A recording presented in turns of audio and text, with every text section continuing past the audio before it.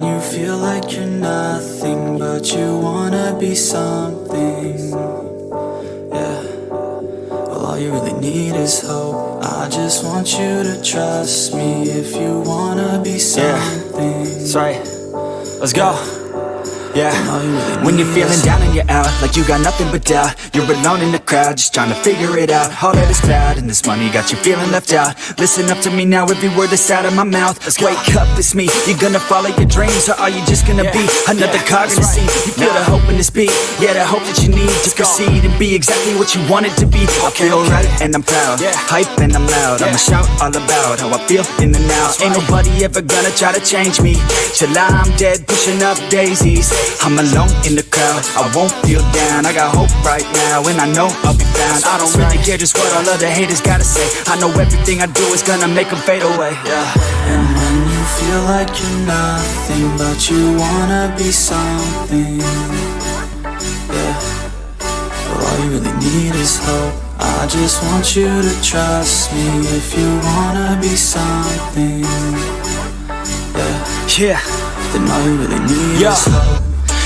Let's go, yeah, it's what you need when you're down, need when you're out, it's what you need when you're sad, and when you feel left out. You feel an energy drought, and then creeps out, but with a little bit of hope, you can figure it out. Keep your head high, even when you're down inside. Through the pain you fight, and through the painful nights, you keep striving, keep trying, keep driving, rising, keep thriving, surviving. Nothing's in your way but yourself, don't need nobody's help. You can make it through this hell, take it one step at a time, one step as you climb. If you fail, you'll be fine, get back up to the grind. And never lose sight of your mission, be driven. This life is a prison if you don't have vision. You're in it to win it, so get it, don't miss it. Your chances now, so be something somehow. Don't let yourself down.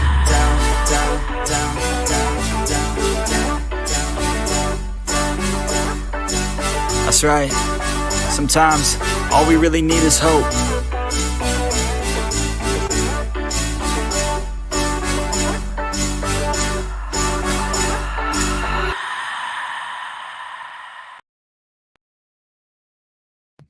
Hi, everyone. Good morning, good afternoon, wherever you are. Hello, hello, hello.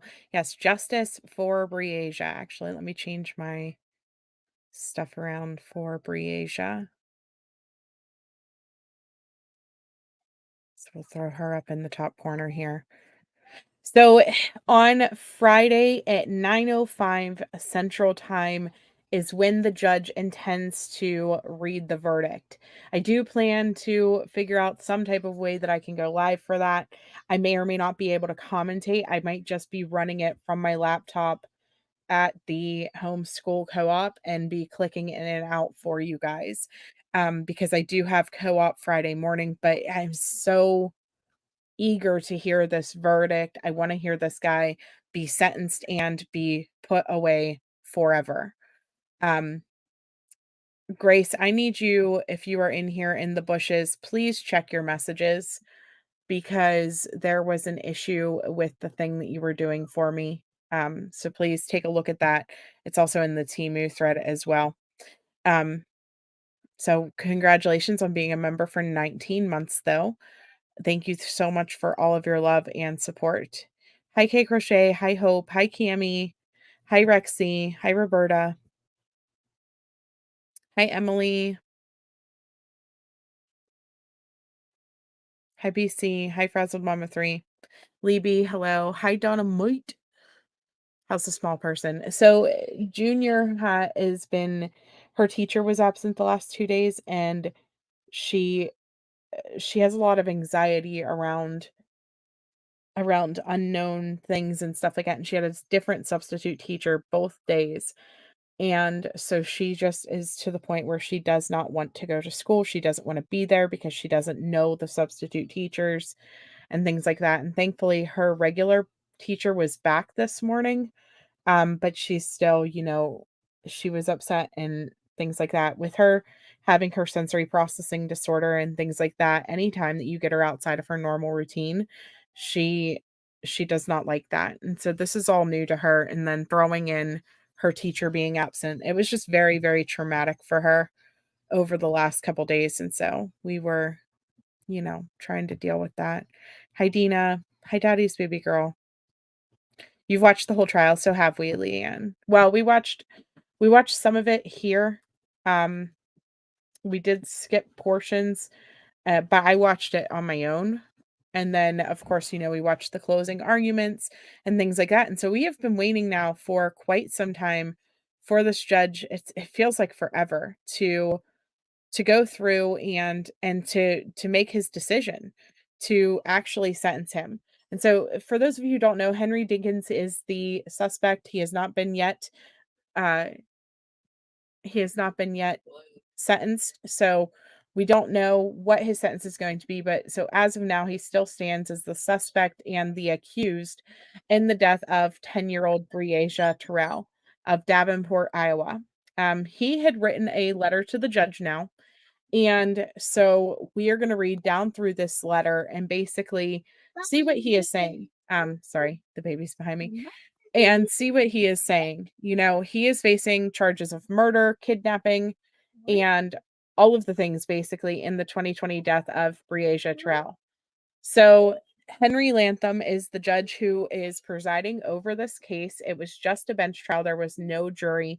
And for those of you who watched this with me and watched it on your own live whenever we weren't live with it, you know that the defense team was ruthless. I mean, there was no kid gloves for her brother who was in there. There was no sympathy or concern or anything like that you would normally see from the defendant's side of things in front of a jury. Because there was no jurors, there was no emotion behind their defense and how they were pursuing things. And they honestly, they were ruthless all throughout, in my opinion. They were way harder than I think we would have seen them be if it was just a regular trial.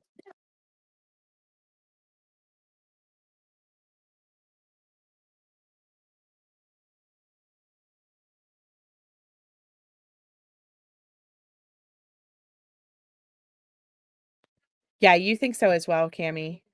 Dynamite, yeah, exactly. You watched a bunch, but that lawyer got you too ragey, so you had to check out. And I agree. I hope that the judge does the right thing. I'm sure he is going to. I am positive he is going to. I think honestly, if he doesn't do the right thing and find him guilty and say that there was enough evidence to convict him, I think that there's going to be a lot of backlash from this community.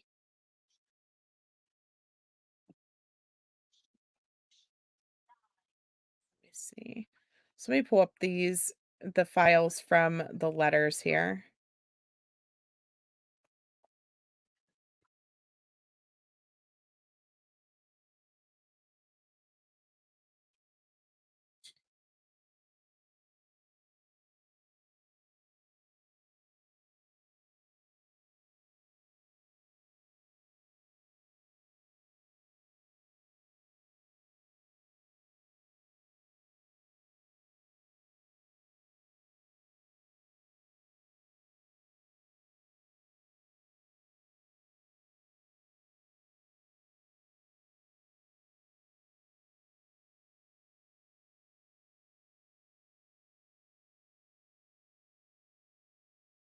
You've been dreaming about an updated shower but don't want the hassle of waiting months. Hey, so tell us more about Shower Pros and how long you've been.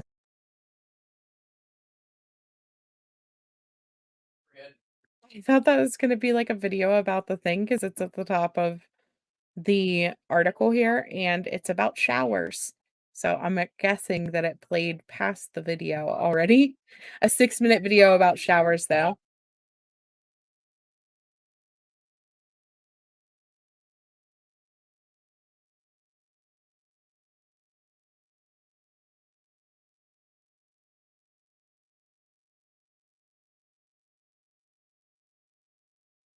So it will be at 9:05 on 9:05 Central. So 10:05 Eastern on Friday.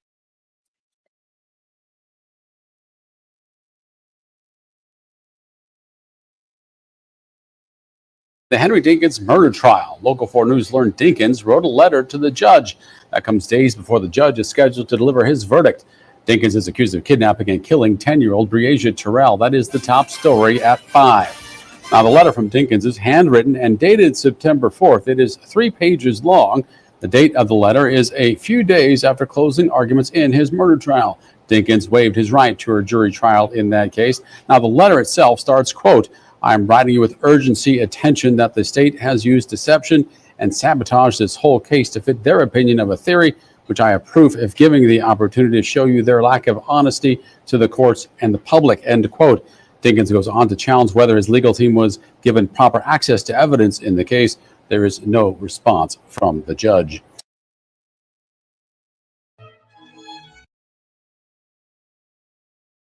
Okay, so that showed that there was no response from the judge. This is whenever it was initially done.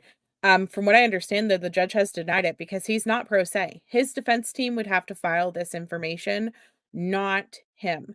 And so that'll go to the appellate courts most likely, and this will probably be how he decides to appeal this case. Let me show you guys the actual document now, or letter, I guess I should say. So this is it. It says, Judge Latham, I am writing you with urgency. Attention that the state has used deception and sabotage this whole case to fit their opinion of a theory, which I have proof, if given the opportunity, to show you their lack of honesty to the courts and the public.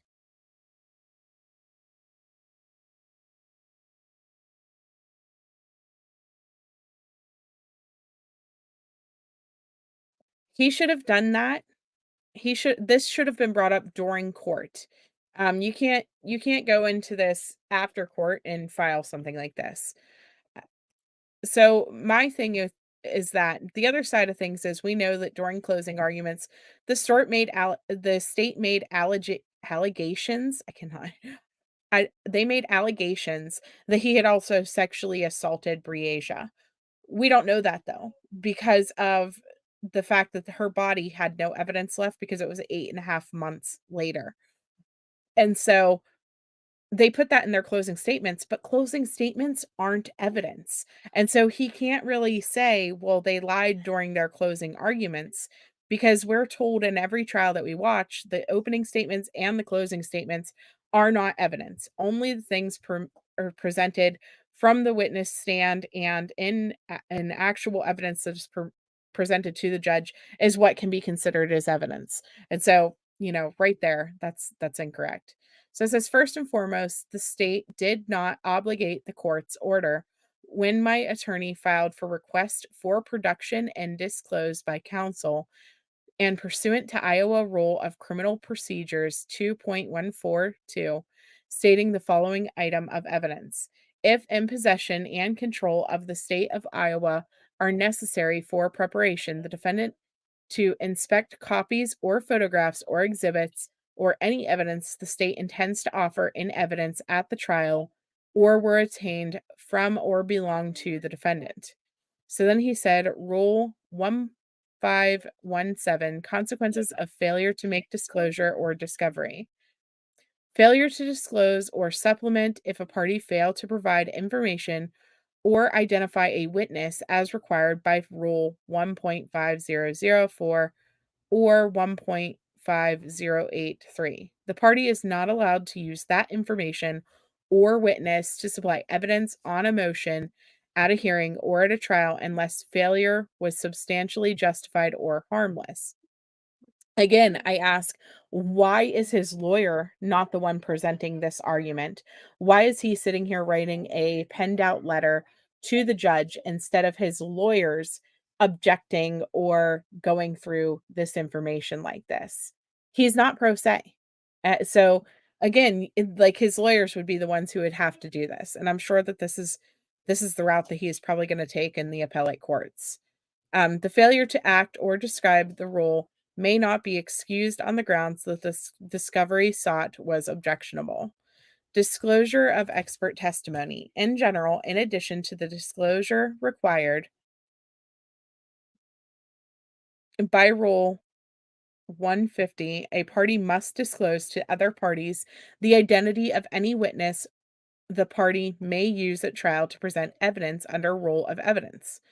Any exhibit that will be used to summarize or support their opinion. Yeah, I'm sure he does too, Roberta. I think that he probably thinks he's smarter than the system. Yeah, he's taking a card from the suitcase killer lady, right?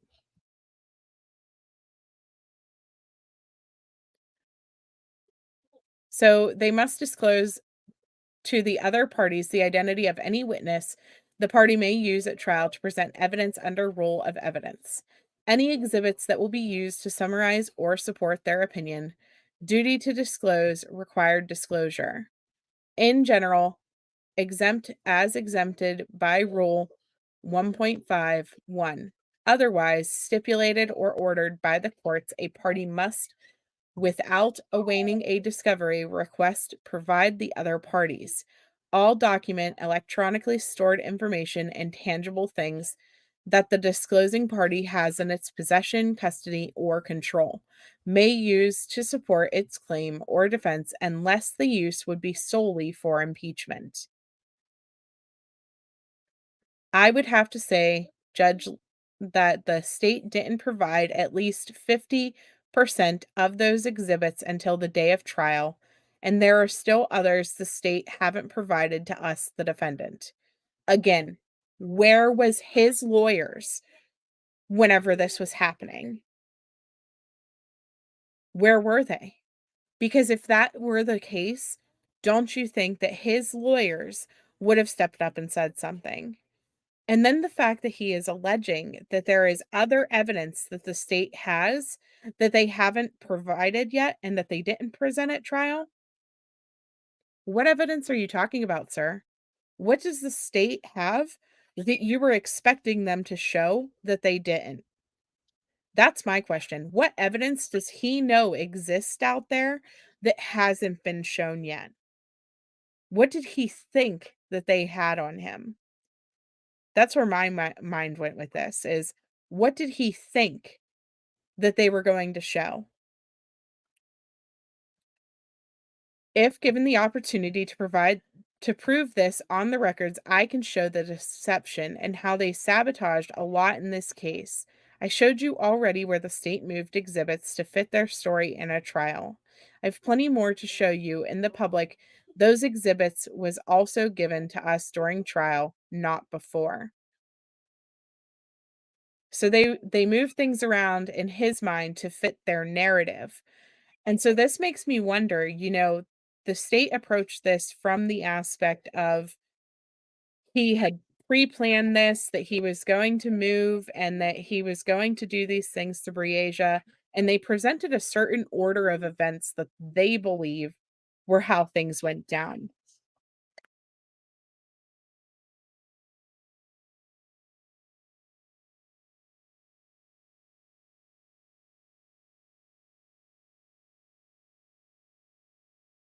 This makes me wonder, did the state get the order of evidence wrong? Did they present a story and he was sitting there arguing and thinking in his mind, well, they got the facts wrong because that's not the order that things happened in. He is trying to negate and throw out evidence that the state may or may not have. But in doing so, in my opinion, he's kind of showing his guilt a little bit. In order to correct the order of operations or the way that things went down, doesn't that mean that he has knowledge about the events that transpired? He would have direct knowledge that what they are saying is incorrect based on the fact that he was there because he did this crime. And I don't think there's any doubt in a lot of people's minds that he is likely going to be found, in fact, guilty of these events. But I'm just saying this letter does not help him make him look better, in my opinion. Exactly. You have to have done the crime to know the timing. Sir, you're showing your cards and you're saying, hey, they got this order of operations incorrect because I was there and I know what happened. And they're also not showing you evidence that I'm pretty sure they have because I know that I don't have it.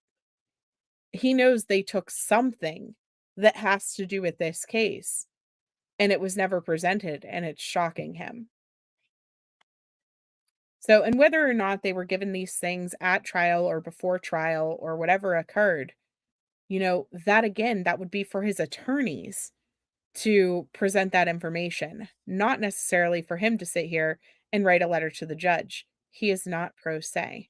And the defense attorneys would have had to object during court while these items were being presented into evidence. And so that leads you to question, why didn't he speak up then and say, "Hey, this isn't like no, no, no," and have his lawyers object then. I know this guy, right? Right. You know what they say, only a stupid man defends himself, and this is a stupid move. Hi, here she goes. Good morning, Jordan, by the way.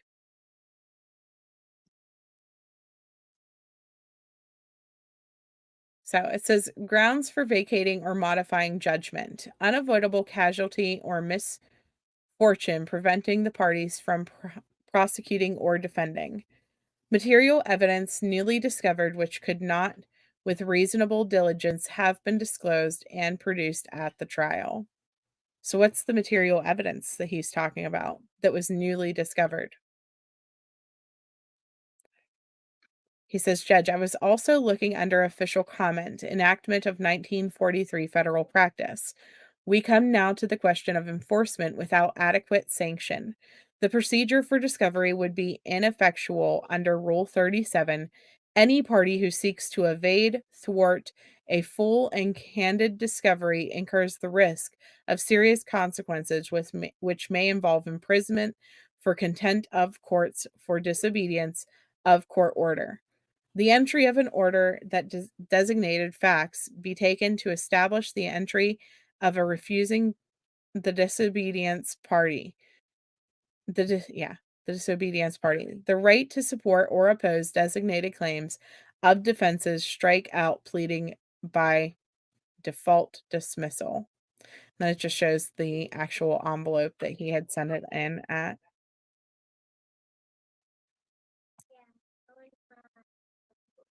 So basically, he's saying, because of this, the prosecution could be imprisoned because they presented inadequate and incorrect information, and that they should be held in contempt of court. This guy obviously he spent several days with a law book and tried to find something to get himself off. I think he's going to have to hold it for the appellate courts. Eventually this will go for appeals, and we are already seeing the way that he is going to appeal, it sounds like. Yeah, he thinks he's gonna get away with this. The only thing I'm gonna say is that, you know, her brother and the things that he shared during his testimony, that's what worries me. Because looking at the entire case in a whole and all of the different evidence and all of the things that were presented throughout the trial, her brother's story being a little bit wishy-washy, and the fact that they basically got him to say that he would say literally anything to make sure that his dad ended up in prison, that is going to be what hurts them, because they don't have DNA on her body. They don't have, anything to 100% tie Henry to this crime. There is still that reasonable doubt that something else could have occurred in a way because of the lack of evidence that they have as far as genetics go. However, I think there is enough circumstantial evidence that still puts him with Briasia, one of the last people to be seen with her, and still puts him towards that crime scene and with her last, basically. Yeah, he did. I think so too, Roberta. He gave himself away. He went to the same school as T. Stout. Really? Hmm.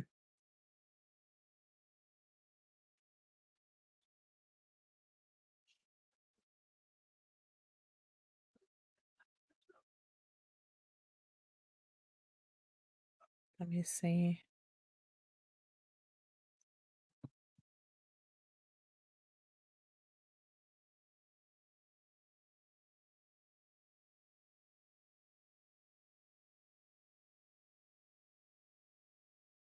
I'm gonna watch the son's police interview that he did and just kind of look back on a couple of different things that we had seen throughout the trial, because we are going to be looking at this verdict coming very shortly.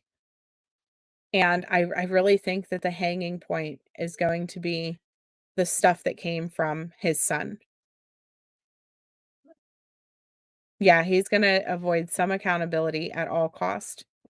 I think that's what he's going for too.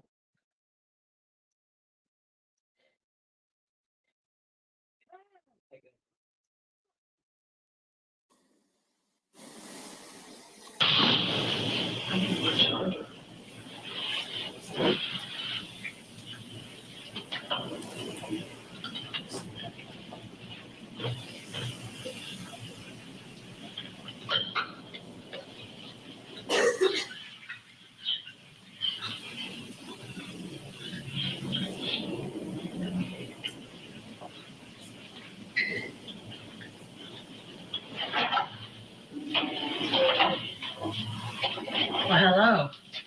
Did you find some friends? Yep. Can I sit over here with you? Yep. I like Mickey Minnie. All right.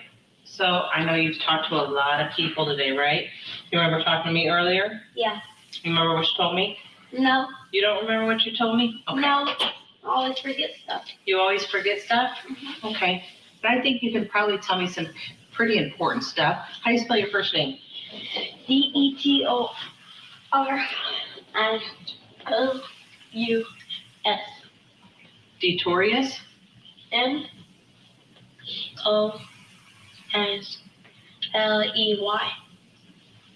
And when's your birthday, hon?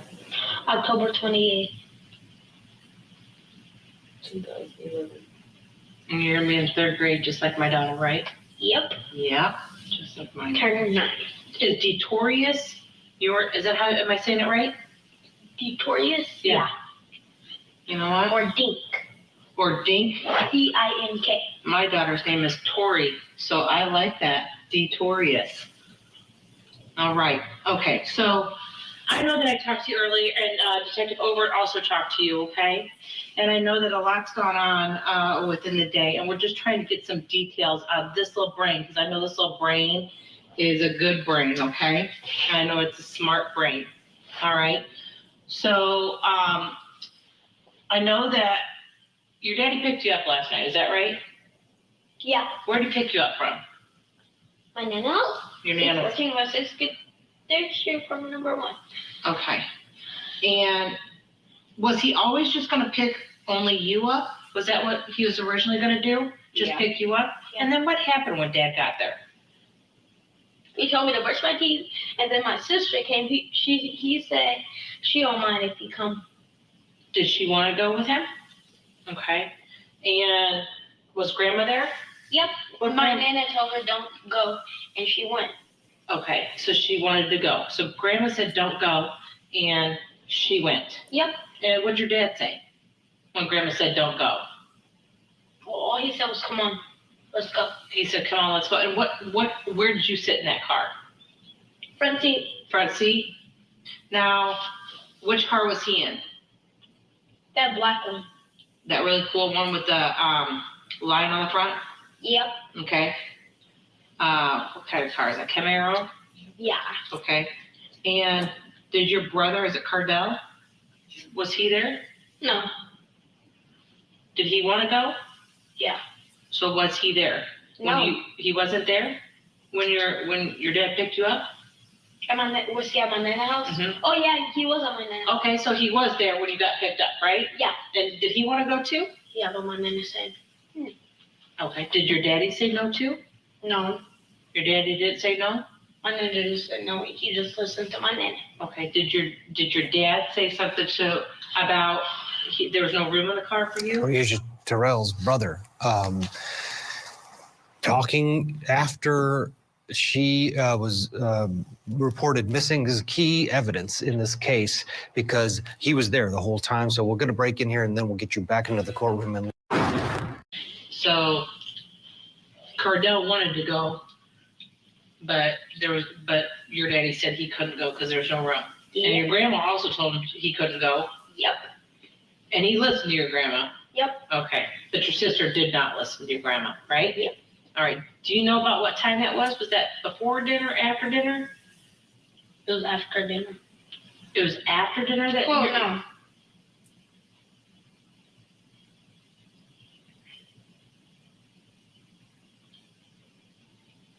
Was it still light outside when you went? Yeah. Okay, was mommy home from work yet? Yeah. Remember Remember? when with your dad? When you went with your daddy? No. Okay, so mom, what time did you get off work? I got off work until 5:04. Okay, so 5:04. So we know that you got picked up before then. Mom off.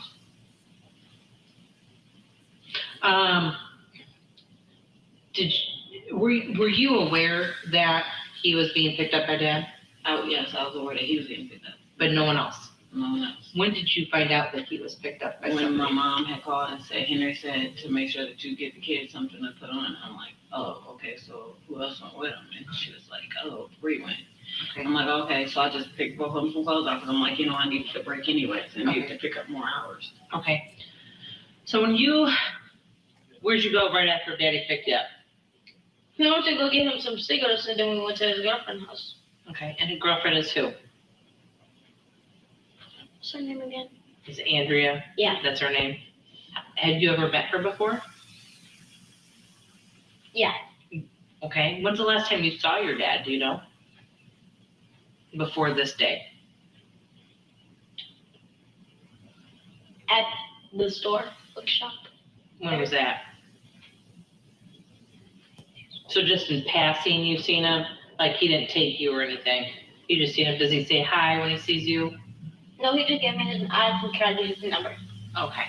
Okay. So you don't see your dad on a regular basis? No. So were you super excited about going there today? Yep. Last night? I would Because be he too. said he had the Xbox and a PS4. Heck yeah, that's fun, isn't it? Yep. Right, I want to go too. All right. So what'd you guys do last night? Played again. Where were you playing?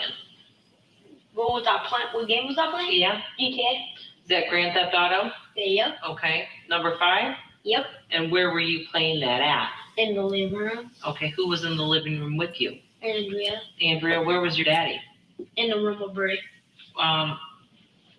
What was he doing in the room with Bree?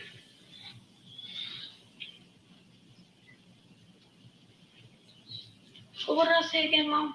Well, just think. Use your brain. What was he doing? Was he sleeping? No. Was the door open? Yeah. Door was open? Okay. Is there a game in there? Oh, I just forgot he was playing the game with Bree. He was what? Playing the game. What game? It's a jumping game. A jumping game? Okay. So he wasn't playing with you, he was playing with her? Yes. Okay. Were you sad that he was playing with her and not you? Yeah. Okay, you were? Yep. I was mad. You were mad? Why were you mad? Because he didn't play the game with me. Okay. And so then, what'd you do after that? Jim, We ate dinner. what'd you have? Pizza rolls. Mm-hmm. A sandwich. Mm-hmm. What kind of sandwich? Ham. Ham sandwich? Was it like one someone made? Me and my sister made it. You and your sister made it? Mhm. Okay. And did you all eat together or how did that go down? We had to eat in his living room because he don't have a table. He doesn't have a table, does he? No. So was everyone having dinner together or just you and your sister? We had me and my sister. Okay. Me and my sister had to sit in the living room. And then what were they doing? In the living room talking and smoking. Okay, so they're talking and smoking while you're eating? Yep. Okay. And then what'd you do? We was playing the game for a little bit more and then we went to bed. And when I woke up, I saw her feet kick me. And then I woke up and then she was gone. Okay. When you say you saw her, were you in the same bed as your sister? Yeah. And was that the room with the air conditioner? Okay. And where was your daddy at? In the living room. And where was he at in the living room? On the air mattress. With who? His girlfriend. Okay.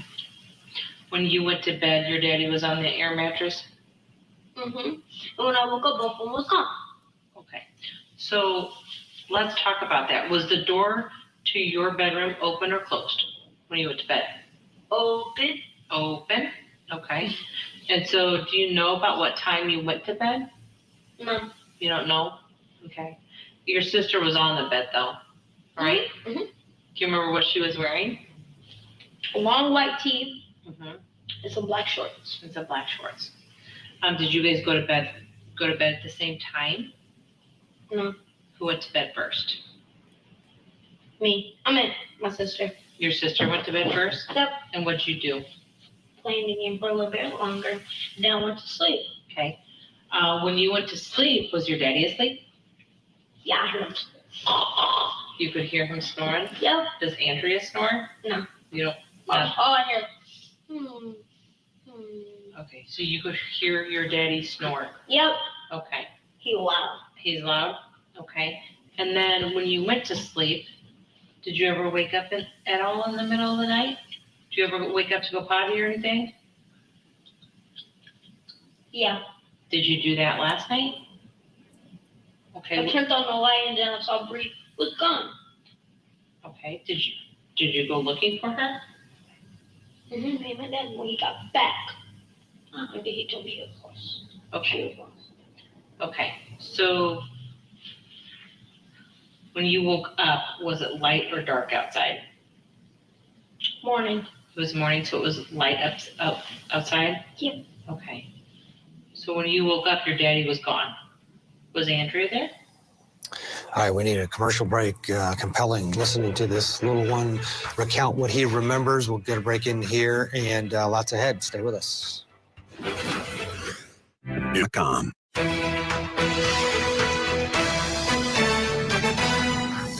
Top of the hour. Welcome back to Court TV Live. Glad to have you along with us on this Monday. The trial for a couple accused in the murder of a disabled teenager is expected to get underway today in Colleton County. Breasia Terrell. She was last seen at a sleepover at Dinkins' apartment. Anybody was? I asked her where she said she don't know, but they both left. She said they both left? And what did she mean by that? Or how did you interpret that? Or like, what do you think she was talking about? He got in the car. She got in the car with him. That's how you took it? She said they both left. You took it as they both got in a car together and left. Okay? Did she say that to you? Or is that just what you thought? That's what you thought because they were both gone? Okay, I understand that. Did you ever see your sister leaving the bedroom? You did? When was that? At nighttime. At nighttime? Were you in bed when you saw that? What did you see? I saw her walk downstairs with my dad. With your dad? And then they shut the door. Okay. Were you out of the bed? Or did you get up and watch them do that? Or how did that go down? Because from where that bed is, you can't see that. Or did you just see them leave and you heard it? Or how did that? I saw them leave. You saw them leave? What did you see? I saw them walk down the stairs. Okay. Then I heard the door open because it'll make lots of noise. Okay, so you heard. So I'm just looking at it from this way. I'm going to draw. I'm not a very good drawer, okay, at all. Like, all right, so the stairs are over here. And then, I'm not very good. These are the stairs. I'm going to do this. All right, and then I'm not very good at this. The stairs go all the way down here, okay? But up here, this is the windows, okay? And you don't. And there was an air mattress here. right? Down in the living room. Yep, that's in the living room. And then we have couches, a couch here, right? Yep. And then we also have a couch Here. here, right? Mm-hmm. Not very good, this. And then this is the kitchen area. I'm just gonna draw like a kitchen table, even though there's no table in there, right? And then back here is the bedroom, right? Yep. Okay. And here's the door to the bedroom, okay? So you can't really see the stairs, right? You can't, right? Where did you see your dad and sister in here? Walking down the stairs. From the bed, you can't see the stairs though, right? So you just knew they went down the stairs? I peeked. Oh, you gotta tell me that. What'd you peek? What'd you see? I saw my sister. They were walking down the stairs talking. Okay. And then they slammed the door. Then they slammed the door? Yep. Did you hear your sister say anything? No. Was your daddy saying anything? Yeah. What was he saying? He was just talking about cars. He was just talking about cars? How you gonna get more? Okay. Was it dark out when you saw this or light out or something? Light. It was light out? Okay.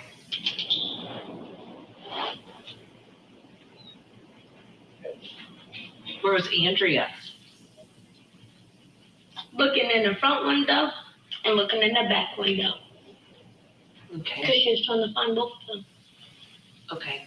But when you saw them and that you peeked, was it still dark outside or light outside? Or It was light outside? Okay.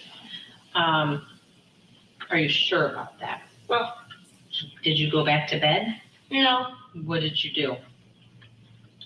I went in the living room. She told me to go in the living room. Andrea told you to go into the living room. All right. So you're saying you woke up. Yeah. You said a couple things, and that's why I'm a little confused. You originally said you woke up and they were gone. And you told me that Andrea told you to go out to the living room at some point. All right.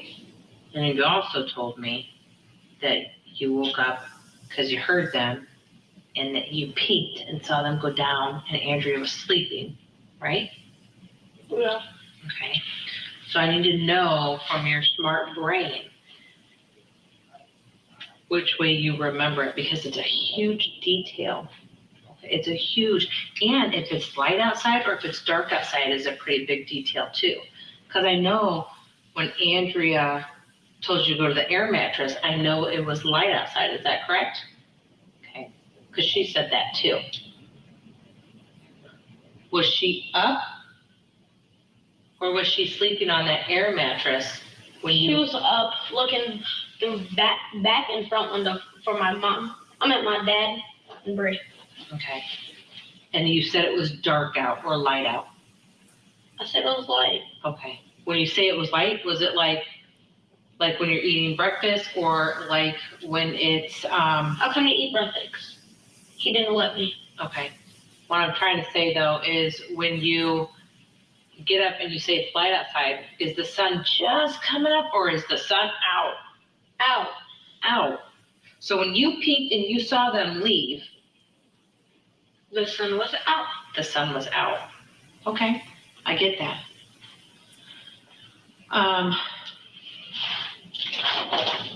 So you think it was early in the morning? Yeah. Okay. I wonder what time the sun rose today. Me too. I wonder if we can find that out. Hey Siri, what time did the sun rise today? Let's see if it says anything. I don't know how to use this watch. Sun. The sun? Sorry, one more time. Sunrise was at 5:38 today. 5:38 today. So that is early. Yeah, it is. Sun rose. It was pretty bright when I left out at like 7. You told me he called you at 7:47. He called me roughly around 7:47, but I was in mid getting dressed because I was like, Something's wrong with his phone. That's why he can't hear the call. Okay. So the sun is up at 5:38 this morning, and that's where you peeked and you saw them, correct? So you don't know if your sister was there all night or not. Is that correct? Because you were sleeping up until you peeked and saw your dad going down the stairs with them and slamming the door and talking about cars. Okay. which that excites the kids, because that's the reason why he likes to go over there in Midbury. Okay. So up until He that, liked to go over there because of snacks. Like, all we got.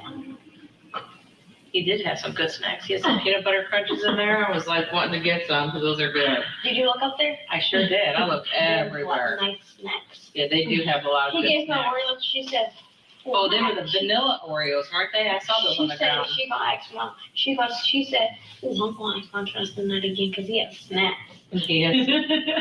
You know, we got a guy here we call Snacks because all he does is eat snacks all day long. We call him Snacks. Is that funny? Is it him? Me. No. Sometimes I can be called Snacks because I'm always eating too. Okay, so we know at 5:38 you saw it was at least 5:38 because it was light. Okay, so once your daddy leaves with your sister, then what happens?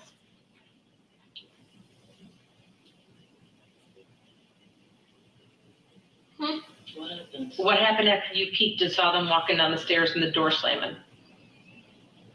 Andrea told me to go in the living room. Where was Andrea at? Looking back to front window. So she was looking from each window? Yep. Okay, that's what she was doing? Yeah. Okay, You can even ask her. you can ask She's her. going to say yes. Okay, and then what happened? Did you go to the living room? Did you Yeah. go back to bed? I went to the living room. Then I didn't go to bed. Okay, what'd you do? I pretend I was asleep. I was trying to turn on the TV. She told me to turn it off. Okay, and what was Andrea doing while that was going on? While you were pretending to sleep? She was on her phone after she was working. She was on her phone. Did your daddy have his phone? No, He it was didn't? dead. The phone was dead? So your daddy didn't have no phone at all? And he left with your sister? Okay, and then what happened? And that's all. Did your daddy come back? Oh, yeah. And what happened when he came back? How was he acting? He was acting silly. What was he doing? He was just yelling. What was he yelling about? About his juice missing. About his juice missing? Think he drank his juice? No, it was his orange juice. Okay, then, what else was he talking about? Nothing else. Just his orange juice because he got mad. He was yelling at his girlfriend What was and he? me. What He was, said, "Who stole my orange juice?" was she asking any questions to him? Did she ask him where he gone? No, Was he asking where Bree was at? no. He Nothing. wasn't thinking about that. No, I'm asking about Andrea. Was she asking any questions? She wasn't. Did you ask any questions? No. No? Okay. So then what happened? Why didn't he feed you? Where'd you go? I had to call my mom. Why is that? Because he said she was cussing him out. That's why he said I gotta go back to my mom. Okay. What was mom cussing him out about? I don't even know what happened on the phone. When he got off the phone, all he said was your mom was cussing at me. Okay. Did he say anything about where your sister was? Did you ask him where my sister was?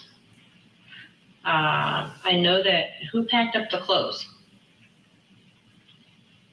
To take him over to my dad's house. Mm-hmm. No, those clothes that your sister had, that you had, that your mom brought. Oh, my dad. Your dad, he packed them up? Mm-hmm. They gave them to you? Mm-hmm. Okay. I And can take him home. so you could take them home? Okay. Was anyone asking where Bree was? No. Did your daddy drive you anywhere? He went a couple places. Let's talk about where your daddy went. Where'd he go? He went to go fishing with a couple people. He went fishing? Yeah. Okay. He went fishing. Uh-huh. He went fishing with more people. And He went fishing last night? yeah. With Oh no, not in the last night. this morning? Yeah. He went fishing? Were you there? Yeah, I was in the car. You were in the car? Which car were you in? That purple one. Purple one? Mhm. Okay.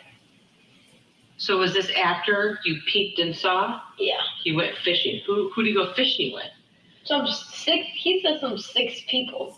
6 people. He saw that he gave them $100. He Okay, let's get a break in here and get you back into the courtroom for more right after this. Stay with us. Tonight on Closing Arguments, an alleged murder-for-hire plot in Paradise. We'll bring you the latest about Where we left off. He's complained he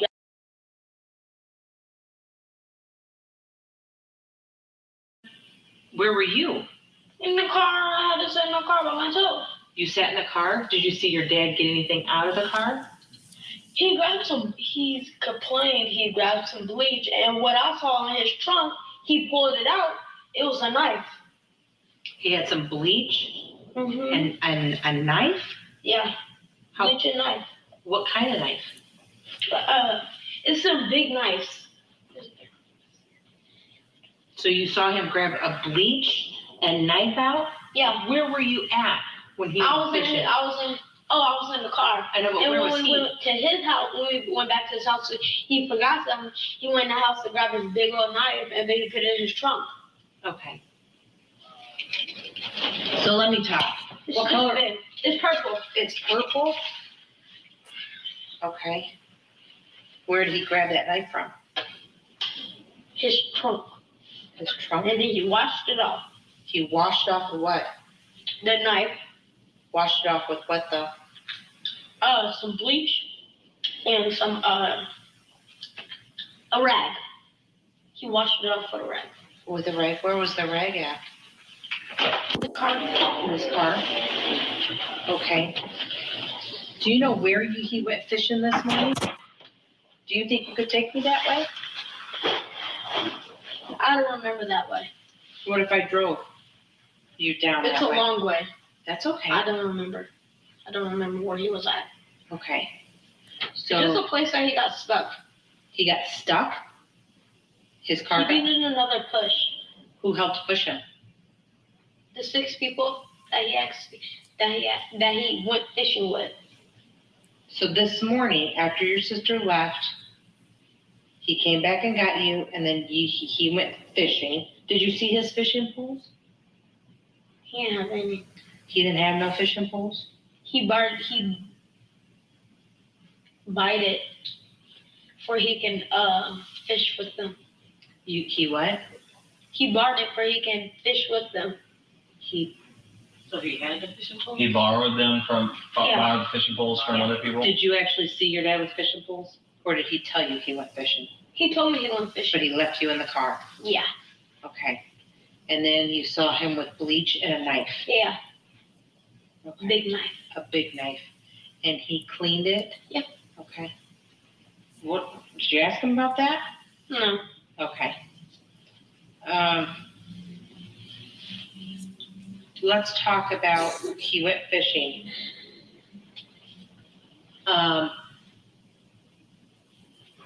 Did you see him go with people, or did he just get out by himself? He got out by himself when he went down there. There was already 6 people down there. That's what he told you. Did you see those 6 people? You never saw anybody. He just told me there were 6 people down there. He told you there were 6 people down there. How long do you think you were in that car? Long. How long? I couldn't see the time. Okay. Did it felt like forever though? After your daddy went fishing, where did you go? He took me to my nana house. To go to her. To meet your mom? Yeah.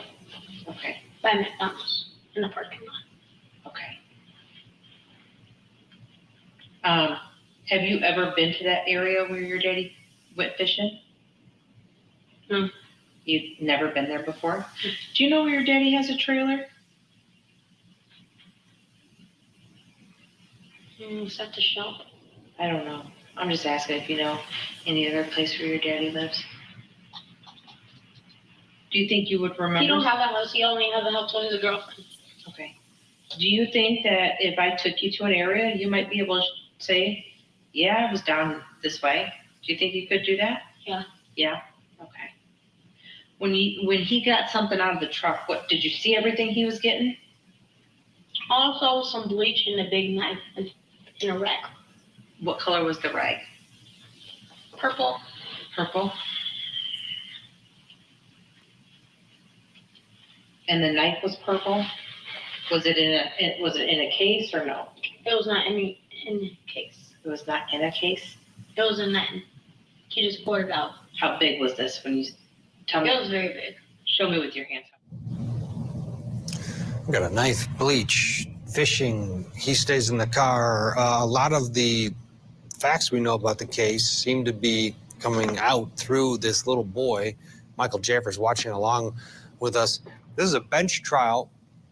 So, one of my first felony trials was a rape trial where I had a co-counsel. Never came home, of course. Okay. And bleach. What was the bleach? It's in his trunk. It's in The purple trunk. In that car that he drove. The burgundy one, the Impala, remember? the Impala? He have it in the back of his trunk. It's a big knife. Okay. And was the bleach in a container or what? It was in a container. How'd you know it was bleach? You know about bleach? I know how it smells. Could you smell it? Yeah. Did he open it up there with you? No? How could you smell it? Or did you not smell it?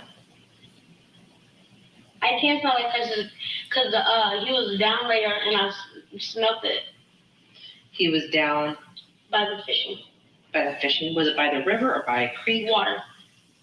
Okay. Mm-mm. You know what telling the truth is, right? Yeah. What does that mean? Don't lie. And what does lie mean? You'll get in trouble. Yeah, so are you telling us the truth? We're really trying to find your sister. Yeah, I'm not lying. Okay. I believe you. I believe you. So after the sun rose this morning, your daddy took you fishing. He told you he was going fishing. And then after you saw him go down there, he said there were 6 people that helped him. You said something about $100. What happened with the $100? He paid for it. Who? My dad. Paid for what? The fishing pole. Did you ever see the fishing pole? Yeah. Where was that at? It's down by a car place. Down by a car place.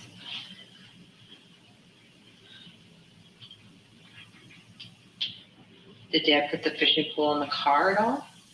Yeah, it was in his trunk. It's in his trunk too? Okay. All right, just hang tight, okay? After you went there, your dad took you to Grandma's house. Is that right? Where'd he go? My mom took me to the house. I could put the stuff on. You met Mom at McDonald's, is that right? Yeah. Okay. Did your daddy call your mom while you were in the car? Yeah. What did your daddy say to your mom? All he told my mom was meet her at McDonald's. Okay. Do you know what time that was, Aisha?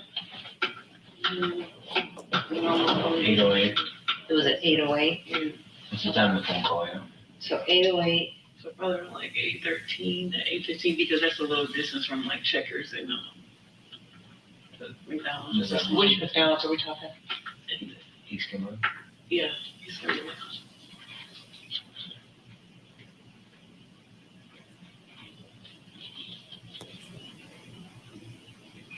All right.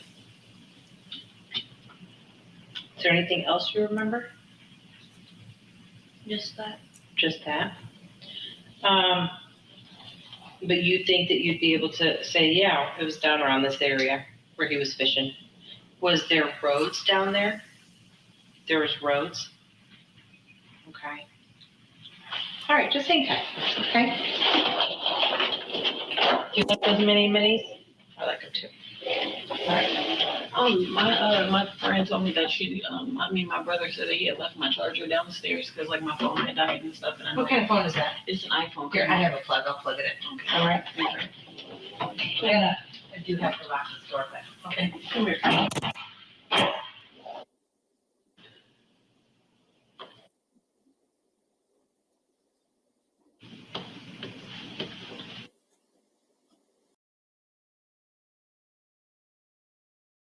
Okay, so that was part of what they played during court. That was the initial interviews with her brother. So then what I'm going to play for you guys now is whenever he was on stand the second time, and or during the court process, I guess it should say, for the first time actually being in the courthouse.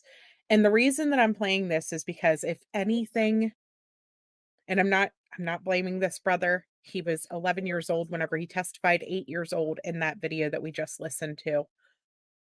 But I think with the lack of physical evidence that his testimony will be very weighted in this trial. And so I think it's going to be a key and pivotal point in justice for Breasia about how he testified. That's just my opinion. And so I want you guys to hear the difference in the stories once he got to the courthouse and was actually on the stand. And I think honestly, like part of one of the most important parts that will listen to eventually is when he is getting cross-examined by the defense lawyer. The defense lawyer basically says something along the lines of, you'll say just about anything to make sure that he ends up in prison, correct? And he says, correct. Like he agrees with him that, yeah, he's going to say whatever it is that he needs to say to make sure that his dad goes to prison, basically. You think that they coached him? Well, and I worry about that too because I believe that that first interview with him was later down the road, like the one that we just listened to. And it wasn't necessarily right as the case was going on, like, in that first couple days. It was after they suspected Henry of being the one involved, and then they interviewed him. So, alright, so let's give this a listen. And I'm gonna tell you guys, I think that Henry is guilty of this crime. I think that his letter that he wrote to the judge that we read at the beginning of this live, if you missed it, please go back and listen. I personally believe that him writing that letter seals it in my mind that yes, he did in fact do this because he knows about additional evidence that they haven't presented. He knows that the prosecution got the order of events wrong and things like that. And so yeah, I think that it's just I don't know. I think it just plays a part in this, right? Yeah, it's not Henry's first rodeo either. Exactly. So let's go ahead and listen to this. I don't know how much I talk at the beginning here, but it should start pretty much right into it. Anything you hear from now is a video from whenever we were watching this. You think they coached him, but Andrea nailed him. I think so too. I think that they got him. I don't think that he's going to get off of this. I hope not, anyways. Here, 3 months and 18 days. Sure don't feel that long. Honestly, Chica, it feels a little bit longer. I feel like you've been around for here. He is. So this is Sam right here.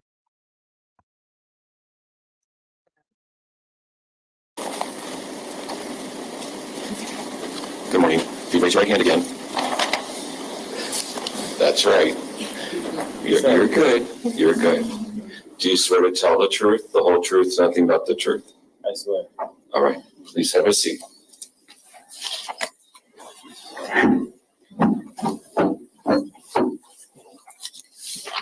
Right, good morning.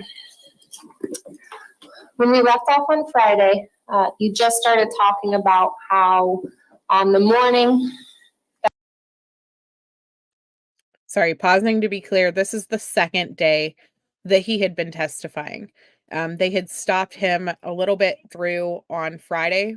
If you guys want, we can listen to Fridays as well. However, I think that the most important stuff that he says is in this portion of the interactions here. Salty, happy membership for months. Thank you so much for all of your love and support, dear. That you woke up and Briasia was gone. At some point, Henry came back morning and got you, and you guys went out to the maroon or purple Impala. Do you remember all that? Yes. Okay. I believe you mentioned as well that Henry had grabbed both your clothing and Bree's clothing. Yes.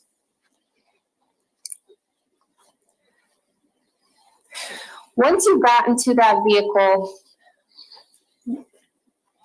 what did the two of you start doing? We was just driving. That was the only thing. You were driving? Yep. Did you drive somewhere specifically?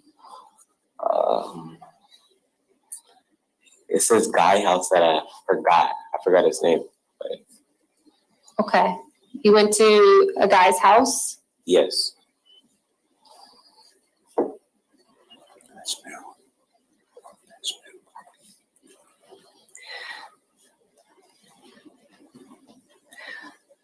Do you know how long you were at the guy's house? A couple minutes or Now, when you got to that guy's house, did you stay in the car or get out of the car? I was out the car. Could you say that again? I was out the car. You were out of the car? In the house. You went inside the house? Yes. What did Henry do? I think he was outside drinking, if I'm correct. Did you guys hear Henry? I believe that was Henry or his lawyer whisper, "That's new." Did you guys catch that? I wonder if that's the new evidence that he is pointing to that was in his letter that we were talking about. Is this what he caught? Is he worried about his son's testimony? So he murdered Briasia back in July of 2020. Yes, if you're a note taker, remember Sleuth Mom has notebooks. I'd missed that before too, but I'm hearing it now that I'm re-listening because with the audio boosted and things like that. Let me go back a tiny bit and we'll see if you guys can catch it.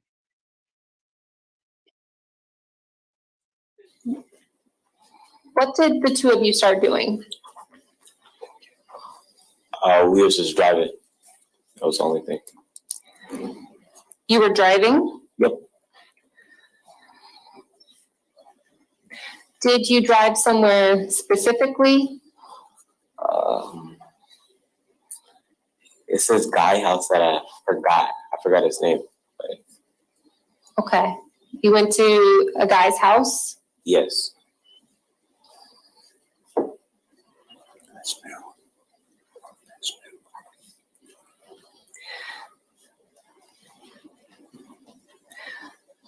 Do you know how long you were at the guy's house? A couple minutes or Now, when you got to that guy's house, did you stay in the car or get out of the car? I was out the car. Could you say that again? I was out the car. You were out of the car? In the house. You went inside the house? Yes. What did Henry do? I think he was outside drinking, if I'm correct.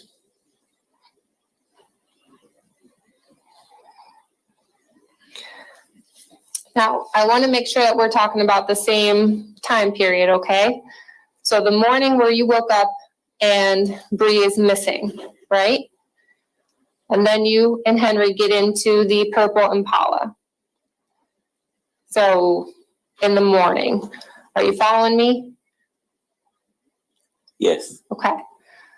So when you and Henry started driving, where do you go? In the Impala? In the Impala. We went on a dirt road. It's like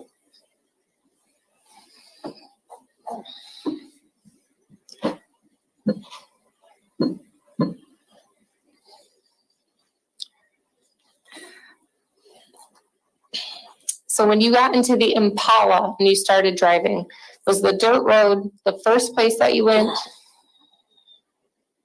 Yeah.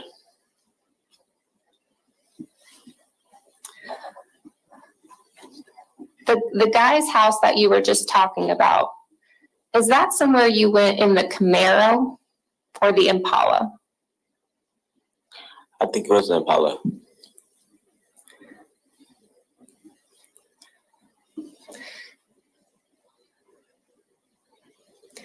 So again, talking about the morning where you woke up and Bree was gone, you get in the Impala and you drive to a dirt road. Do you have any idea how long it took you to get to that dirt road? Well, I was asleep. You fell asleep? Did it feel like a long time? A really long time, yeah. A really long time? Yeah.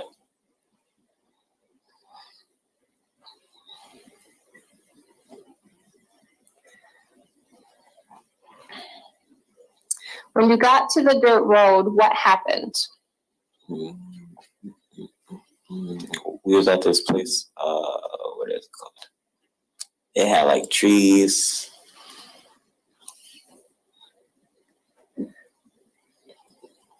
Did the vehicle stop? Yeah.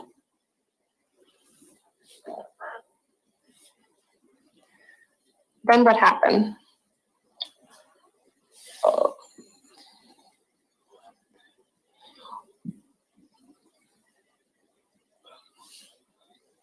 And then we left. Did anybody get out of the car at that time? Henry.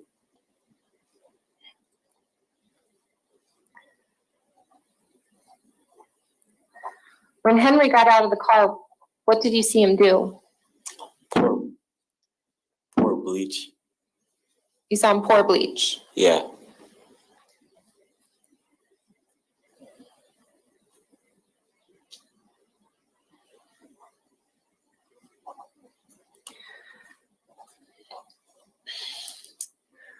Do you know where Henry got that bleach from? Walmart.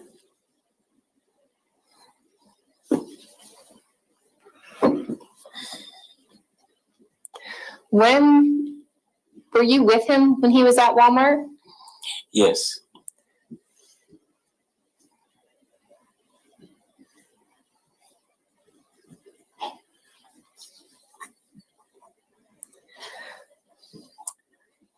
When the two of you left Andrea's apartment that morning, at some point, did you go to Walmart?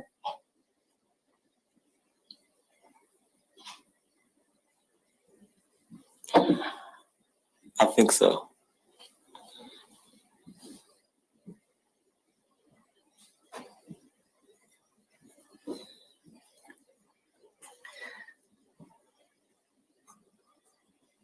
Did it take a long time to get to Walmart? Just a little bit.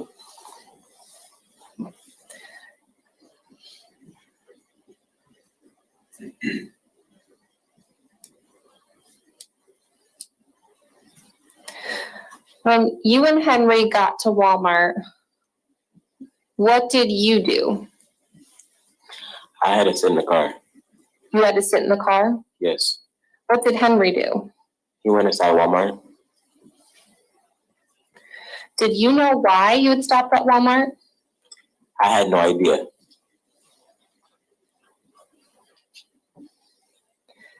While you were sitting in the car, what did you do? Put his battery back in his phone and was playing the game.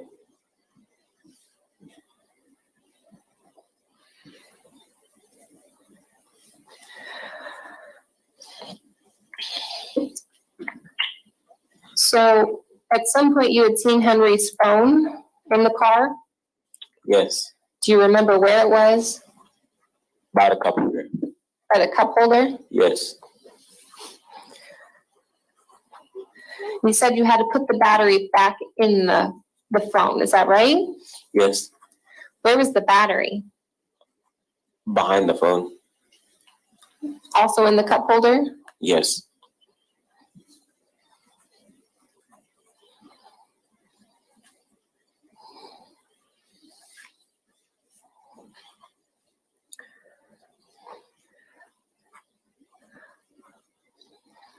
What, do you remember what game you were playing? No. Just a game on his phone? You said, is it on his phone? A game on Henry's phone? Yes.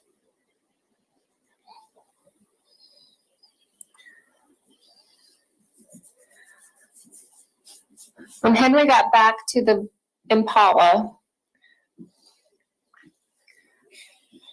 did he have anything with him? Bleach. What did he do with the bleach? He put it in the trunk. Then what did he do? And then we left.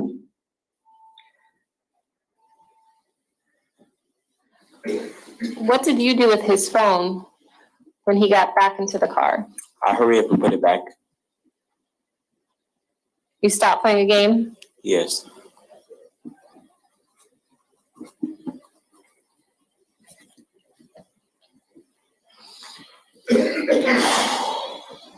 Right, you mentioned there's a dirt road.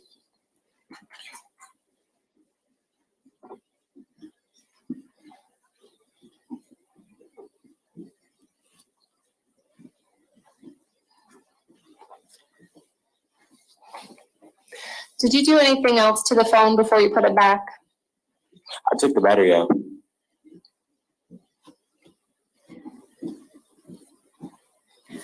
And why did you do that? Because I didn't want to get in trouble. Trouble for what? Putting the battery back in his phone.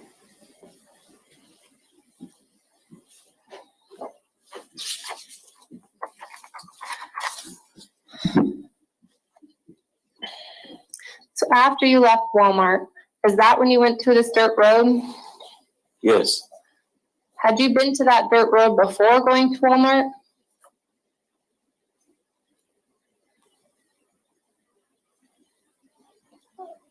Can you repeat that? How many times did you go to the dirt road? Once. And was that before or after you went to Walmart? After we went to Walmart.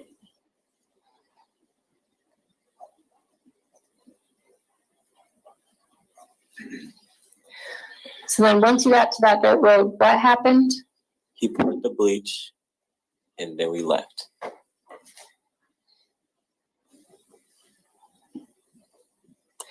Where did he pour the bleach? By some bushes.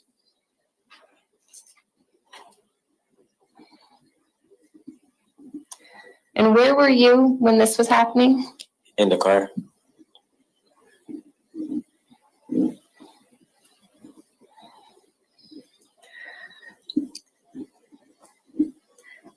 What did he do with the bleach containers after he poured the bleach? He put it back in the car.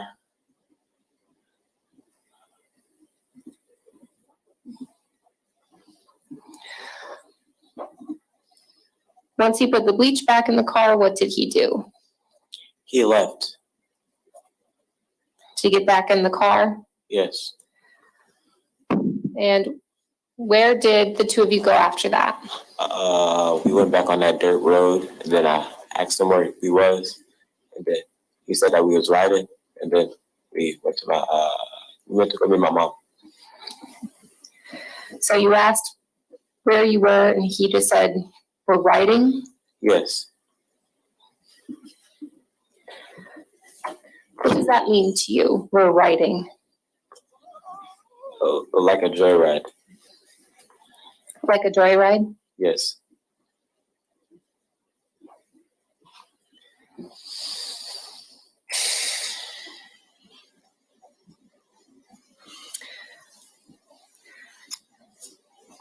Now, after you left that dirt road, at some point, were the two of you back in Davenport? Yes.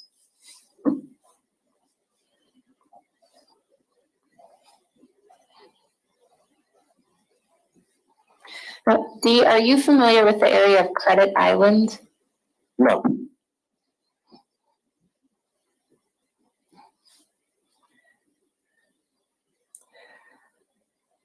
The morning you were driving around with Henry, at some point, did you go to some area by water?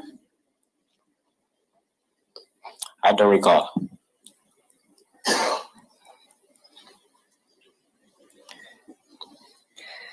At some point, did you go to Henry's RV?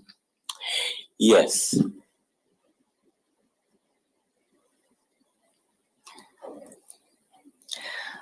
What did the two of you do when you got to the RV? He opened the trunk of the purple Impala and he grabbed out a bloody knife.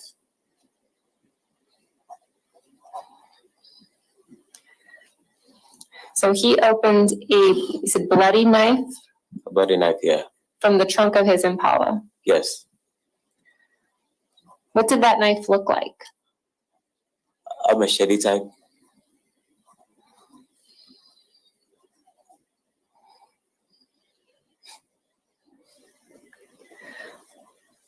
What did he do with the knife once he grabbed it?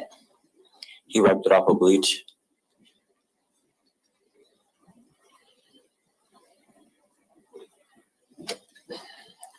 Where were you when you saw him do that? I was outside the car or inside. You were either outside or inside the car? Yes.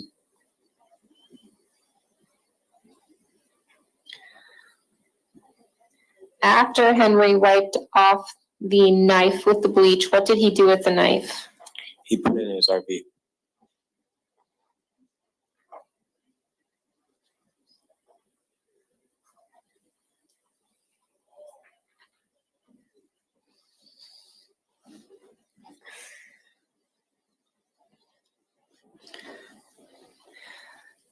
Dee, was that the only time you saw a knife that morning? Yes.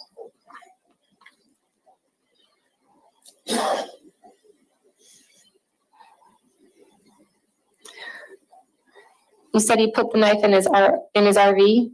Yes.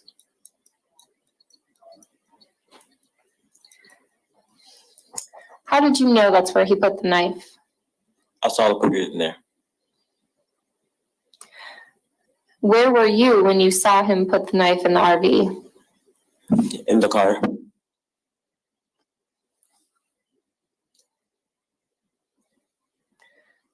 Were you able to see into the RV from the car? No. Then how did you know that's where he put the knife? Because he walked in there with it and he came back out with nothing.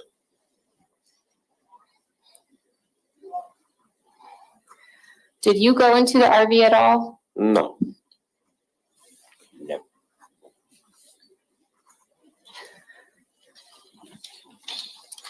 Dee, at some point, did you see Henry with a fishing pole that morning?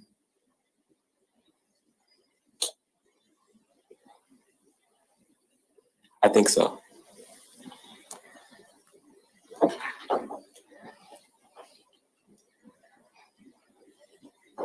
Do you know where you were when you saw him with the fishing pole? In the car. Was Henry inside of the car with the fishing pole? No, he was outside the car.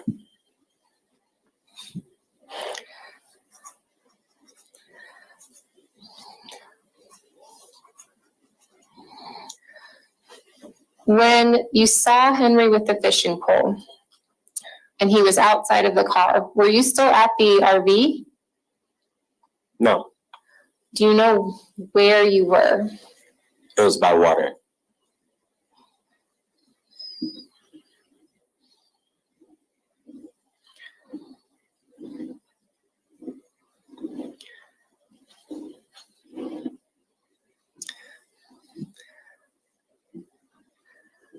What did you see Henry do with the fishing pole when he was outside of the car? Somewhat fishing. He was somewhat fishing? Yeah. What do you mean by that? He was half fishing.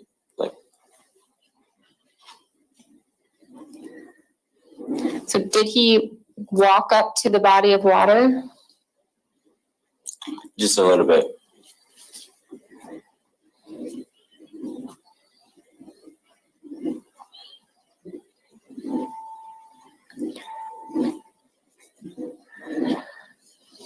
And where were you when this was happening? In the car.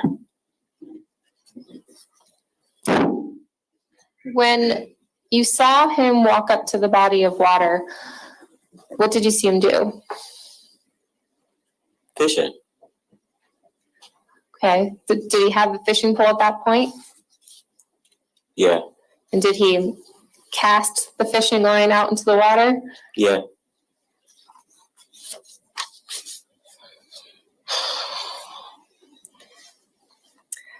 While you were by this body of water, was there ever a point in time where you could not see Henry? No.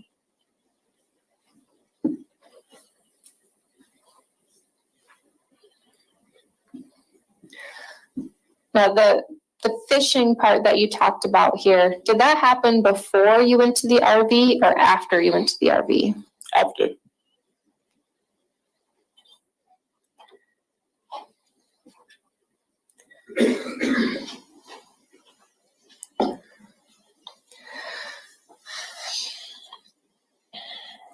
Now, you mentioned that at some point you met up with your mom that morning. Is that right? Yeah.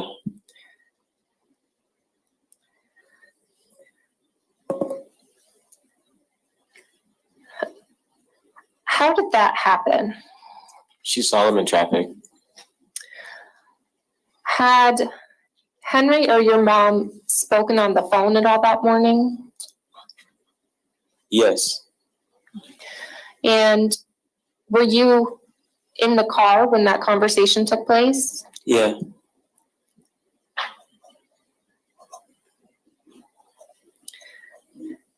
Do you know if Henry called your mom or if your mom called Henry? I think my mom called him or he called her. So one of those two things happened. Yeah. What did Henry tell your mom during that phone call? Defendant statements. Excuse me. It's the defendant's statements. Overruled. So what did Henry tell your mom during that phone call? That he didn't know where Bree was.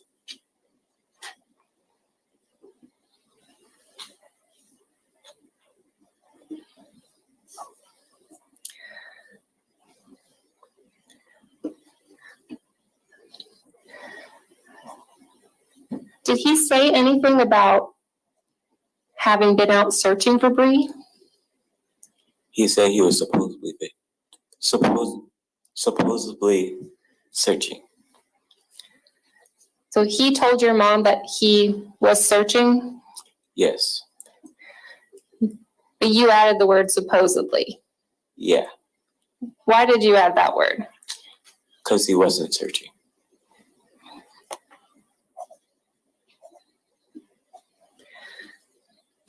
Dee, the whole time that you had been driving around with Henry, did it appear that the two of you were looking for Bree? No. Did Henry ever roll down his window and yell out Bree's name or anything like that? No. Did he ever ask you to do that? No.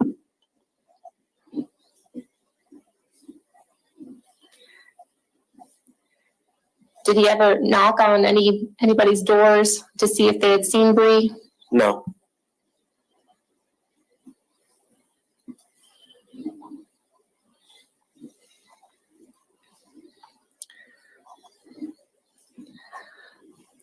While Henry was speaking with your mom on the phone, did he say anything about the police? He said that he made a report. He said that he made a report? Yes.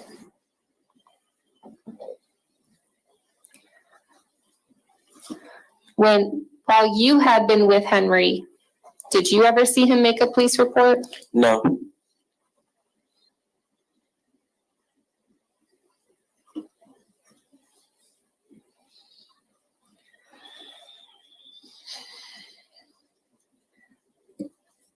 So after this phone call then with your mom, where did Henry take you?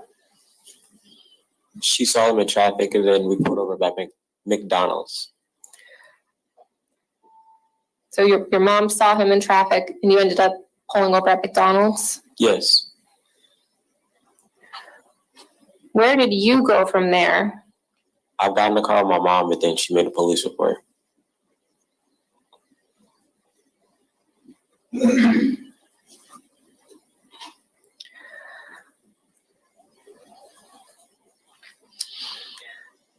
Where did you and your mom go at that time? To the police department. Did you go back to the area around Andrea's apartment at all that morning? With my mom? With your mom? No. But you do remember going to the police department that day? Yes. And were you interviewed by the police? Did they ask you questions? Just a little bit, yeah.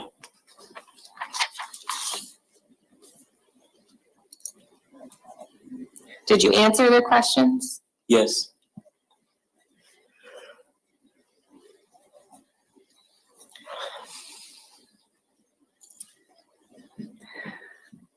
Dee, do you remember driving around with police officers a couple times? Yeah.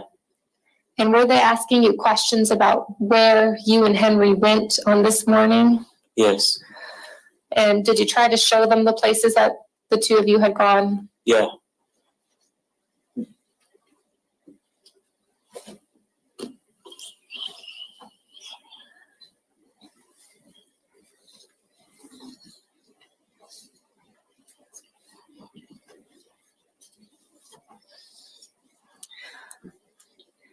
And did that include areas by where your dad's RV was parked?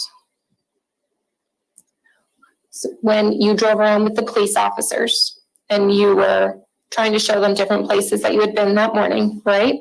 Yeah. Did that include showing them the area where your dad's RV had been? Yes. And did that include the area over by Walmart where you saw Henry buying bleach? Yes. And did you try to describe that dirt road as well? No.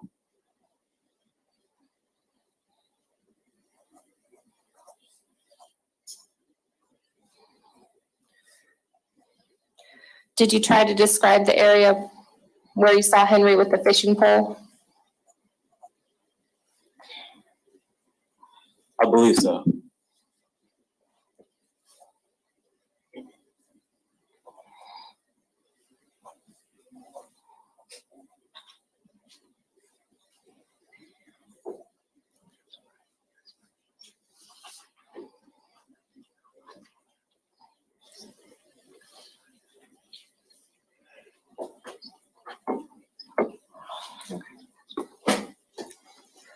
All right, thank you, Dee. I don't have any further questions at this time. Mr. Freeze? Is it okay if I call you D too? Yeah.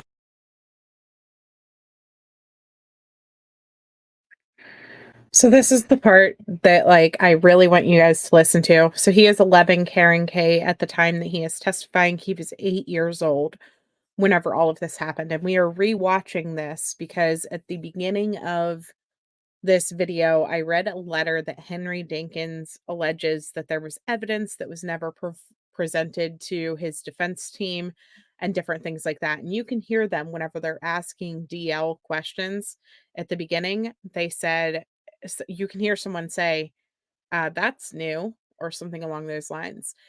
And so I want to re-listen to this because there was no physical evidence in this trial. There was a huge lack of physical evidence, and a lot of this case relies on DL's testimony. And so Friday morning, we will find out if they find him innocent or guilty. How much, I mean, will they find him innocent is a question that a lot of people have because of the lack of physical evidence. But then also because of how DL's cross goes here in a second. Before we started watching this, we also watched the video from whenever he was originally talking to police and things like that. And I don't know. I'm gonna let what happened play out though, so you guys can see what I'm talking about, because the defense attorney really trips this kid up. I mean, really bad. And yes, you know, he went through trauma. He lost his sister at the hands of his father and things like that. It's a lot. And I'm not blaming this child. I am not blaming DL. I am, however, worried about the prosecution's case because the prosecution puts so much weight on this child to carry this case. Yes. Okay, Dee. You okay? Yep. Tell the court, just for the record, who Henry Dinkins is to you. My father. Okay. You're angry at your father, right? Yes. You're angry at your father because you think he hurt your sister, right? Yes. You're convinced of that, right? Yes. And you're here today to offer testimony to make sure that he is held accountable for doing that, right? Yes. And you're going to say whatever you need to say to make sure that happens, aren't you? Yes. Okay. And the reason I ask you that is you're telling us some stuff today, and you'll agree with me on this. Tell me if I'm wrong. That we're hearing for the first time today, right? Yes. Like when you and your dad left in the Impala that day, you went driving and went to a guy's house first. The first time that you've said that on the record is today, right? Yes. Never told it to the police before, did you? No. It's today. It's the first time this story comes out in public, right? Yes. And you'd agree with me that you've been interviewed by the police several times, right? Yes. You'd agree with me that you and I had a chance to talk in this courtroom, and I took your deposition, right? Yes. You remember that day? Yeah. Remember you sat in that chair, right, where you're sitting now? Remember that? Yeah. And there was a person here who was a court reporter who swore you in, right? Yep. And you were swore to tell the truth, right? Yes. And I asked you all kinds of questions about what happened the day Briasia disappeared, right? Yes. Remember that very clearly? Yes. Okay, because that was the only time you've ever had to give a deposition or testimony ever in this case, right? Yes. And you never once told me when I asked you what happened that day that you went to some guy's house first after leaving Andrea Culberson's apartment, right? Yes.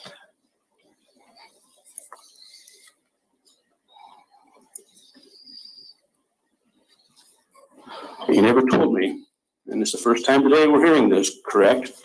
Yes. That Henry was outside drinking that morning. It's the first time, right? I don't think it's the first time. Well, you just told the prosecutor on direct examination that you went to this guy's house with Henry and you went inside. You remember saying that?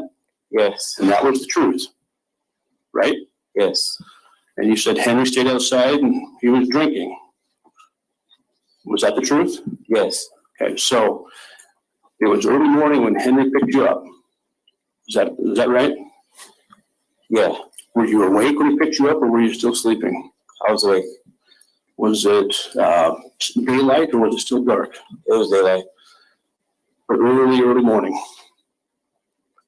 Early morning. Okay. So Henry and you go to this house, you go inside. Are the people inside awake? No, it's just me and my sister that was inside.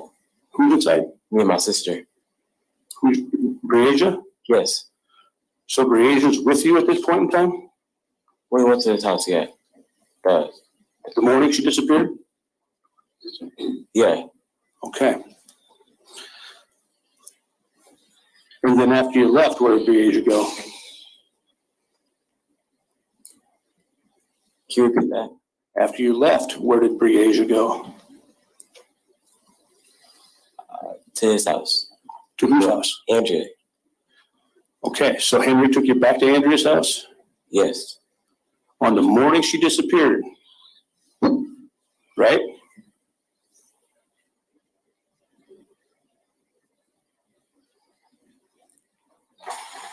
He gets them so confused and tied up right here. And I think honestly, a big part of it is it's just been so long since it happened. And he was just, there was a lot of pressure, nerves, and all of the things. But he does. He gets him tripped up, gets him to completely Can you repeat counteract that, his entire please? story. You just testified that Breasia was with you and Henry, right? Yes. And early morning hours of the morning, she disappeared because you just said Henry picked you up and took you to his house, right? It's when he first picked us up. On the morning she disappeared, early morning hours, right?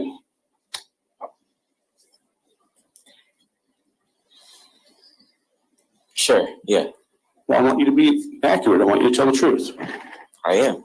Okay, so that morning, you and Henry and Breasia go to this guy's house. Yes. And you and Breasia go in the house. Yes. And then what are you and Breasia doing in the house? Playing games. And Henry's outside. Yes. And he's drinking. Yes. And nobody else is in the house. No. So after you and Henry and Breasia are done there, where'd you guys go? To Andrea's house. And then you and Henry went where? That was the only place. Andrea's house. That's where we was. Okay. You have a little trouble with your memory, perhaps, Dee? No. Okay, so it's your testimony. I'm giving you another chance here, but this was the morning Breasia disappeared, early morning hours of July 10th.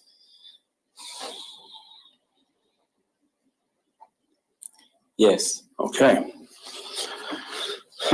Well, then you just testified to the prosecutor is that after you left this guy's house, the first place you went was to some dirt road. Remember saying that? Yes, I do. Today's the first time we hear about that too, right? Today's not the first time. You never said it to me when I took your deposition last summer, did you? I said it, but I didn't say it to you. Who'd you say it to? One of his other lawyers that was here before you.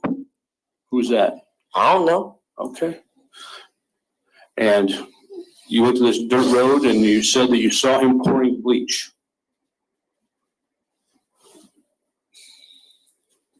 Is that right? Yes. Now, you said you saw him pouring bleach over some bushes. That's your recollection? Yes. Now, this was after you went to Walmart? Yes. Now, the Walmart you went to was in a whole different town, right? Yes. Because you fell asleep on the way there. Yes. Okay. Now, he went to Walmart first to get the bleach? Yes. And it's your testimony that then you went to a dirt road? Yes. And he took that same bleach and poured it over some bushes? Yes. And it's your testimony today that this is not the first time you have told this story? Yes. You've told it to the police before? Some of them. Okay. And it's your testimony that Henry got out of the car and this is where he was, fishing? Yes. So he was fishing at the place he poured the bleach? No. Okay, so I make sure.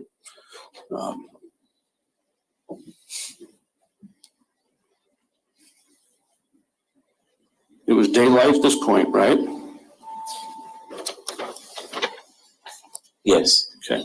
You never got out of the car? No. I stayed in the car. And how did you see him pouring bleach over the bushes? Because you can see through the back windows. Okay. Did he have to walk in the bushes a ways to pour this bleach, or did he just walk around? It was over a hill. Like there was like a flat road, and there was the bushes right there, down there. And he poured it. So Henry's car's on the road, right? Mm-hmm. Yes? Yes. and he had to walk over a little hill, right? Yes. And then he just, from the road, poured the bleach in the bushes? Yep. Okay.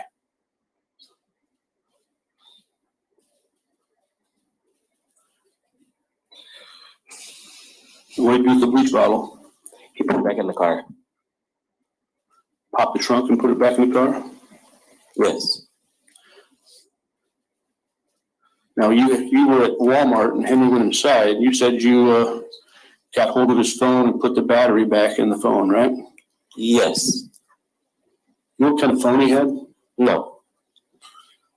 I mean, some phones are pretty hard to get the battery in and out of, right? Yes. But this one wasn't? No? No. Did that phone have a passcode on it? No. What game did you play? I don't know. It's like Candy Crush type. Okay.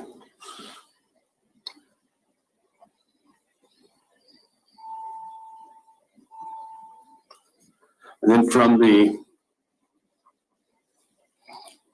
Walmart, you just drove around till you got back to the mobile home, right? Yes. And then it's your testimony that Henry stops, gets out of the car, and you stay in the car, and he gets to the trunk again, right? Mm-hmm. Yes? Yes. Thank you. And now he uses the bleach again? What? Now he uses the bleach a second time? He only used the bleach one time.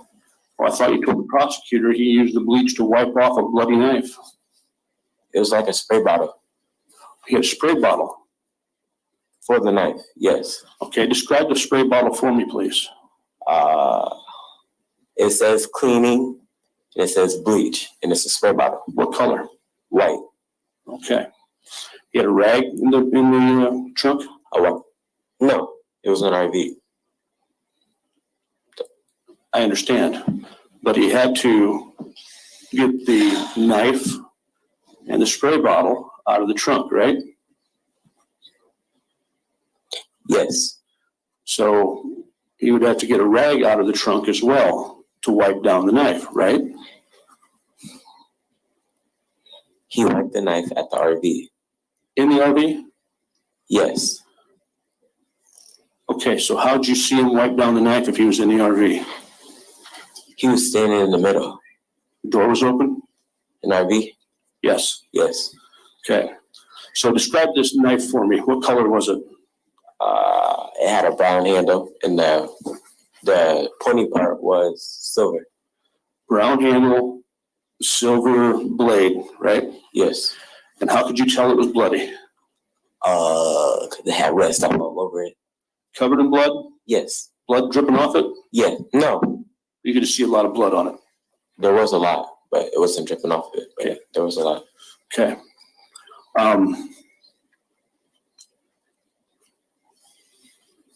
So Henry sprays this bloody knife down right in front of you. That's your testimony. Yes. And he's what, 5 feet from you, 6 feet from you when he's doing this? I don't know how many feet. Okay, well, you're in the passenger seat, right? Yes. And you can see Henry very clearly, right? Through the back window, yes. He can see you, right? No. You can see him, but he can't see you? Yes. How do you figure that? My seat was leaned back. Okay. And it's your testimony that this bloody knife, then, Henry takes a spray bottle, cleans it off, wipes it down, and takes it into the RV, all within, I want to say 10, 20 feet of you, right? Yes. Risking the fact that you may see it, right? I think so. And it's your testimony that your dad came back and picked you up and took you someplace where he covered up some crime scene and sprayed bleach, right? Yes. And your dad came back and picked you up and sprayed down a knife, which may be evidence of a crime, in front of you, right? Yes. Okay.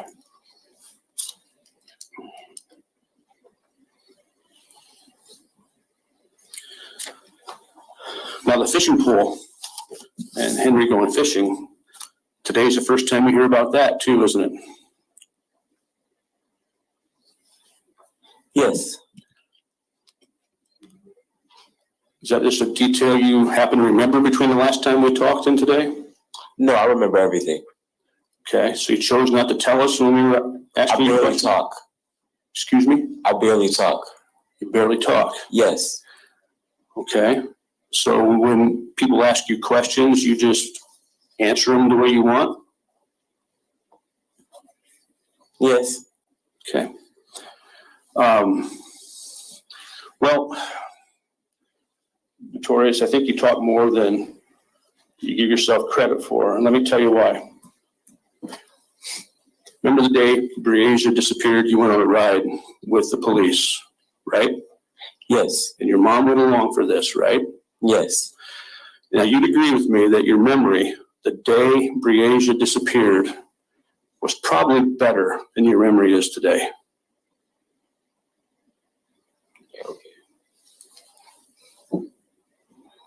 Right?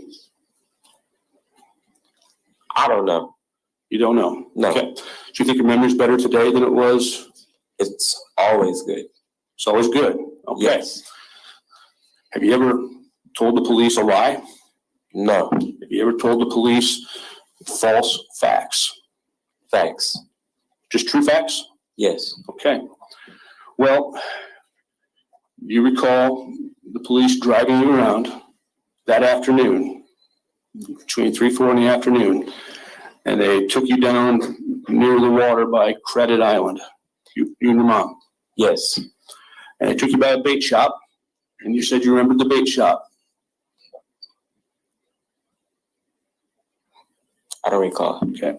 If an officer would testify that you said you remembered the bait shop, or there's a recording of it, that would be true and accurate?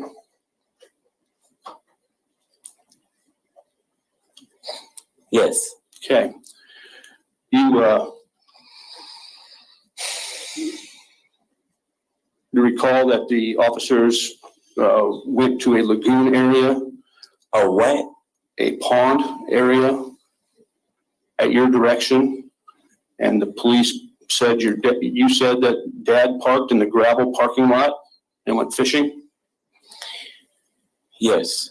That's true, right? Yes. The day that Dad went fishing with 6 guys? I did. Yes. You told them that, right? Yes. And that's the day your sister disappeared, right? Yes. That's not true, is it? It is. So today, you're saying your dad went fishing with 6 guys? I don't know. You don't know if your dad went fishing with 6 guys? No.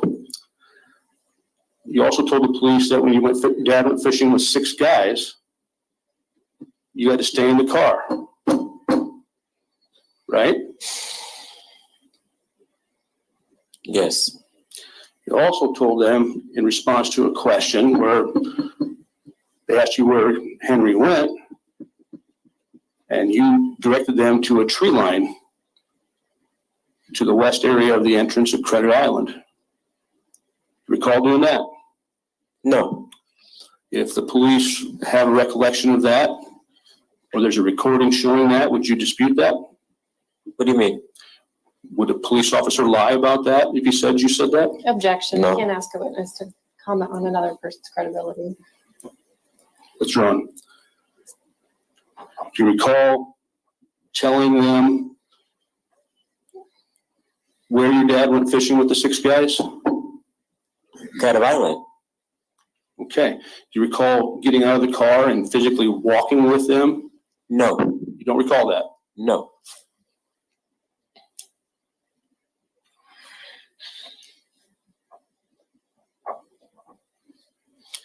You don't recall walking into the tree line, stopping, pointing to the ground and said, Dad was standing right here? Huh? You don't recall getting out of the car, walking the police over to the tree line of the pond by Credit Island, stopping and saying Dad was standing right here? Yes, I remember that. Okay. Was that true? Yes, it was. So Dad took you there as well that day? Mm-hmm. Yes? Yes. And there were 6 guys with him, right? They wasn't with him. They was already there. Okay. Did Dad talk to those 6 guys? I don't know. I did not even see him when you walked all the way back there. You also remember your dad saying as you were out driving that day, "Come on, Bree." I don't recall. If a police officer says you relayed that to him, would you have any reason to dispute that? No. Okay. Do you recall after Breasia was found that an officer came to your house and shared the news? Yes. You then also told police a different story, didn't you?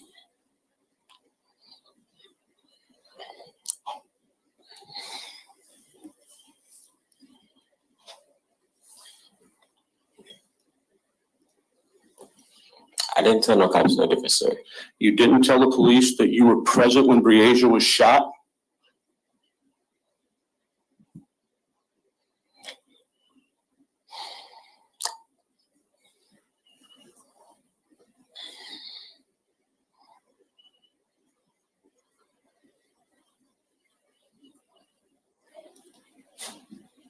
I don't know.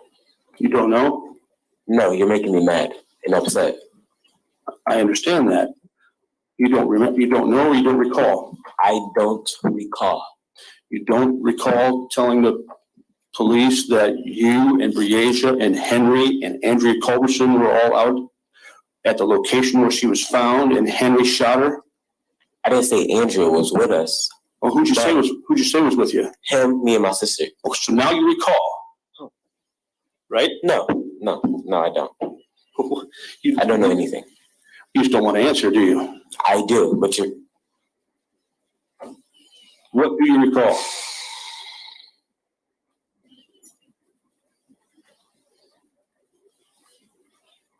What do I recall? You obviously recall that Andrea wasn't there, so you recall facts. What do you recall? Us 3 there. At the location where Breasia was killed? Yes. Okay. You didn't testify to that today, right? Yes. Because that's not true, right? If you say it's not true. I'm asking you. I guess. I guess, or either it is or it isn't. Either you were there when she was killed or you weren't. I said, I guess. I don't accept that answer, sir. Either you were there when she was shot or you weren't. I was there. Damn.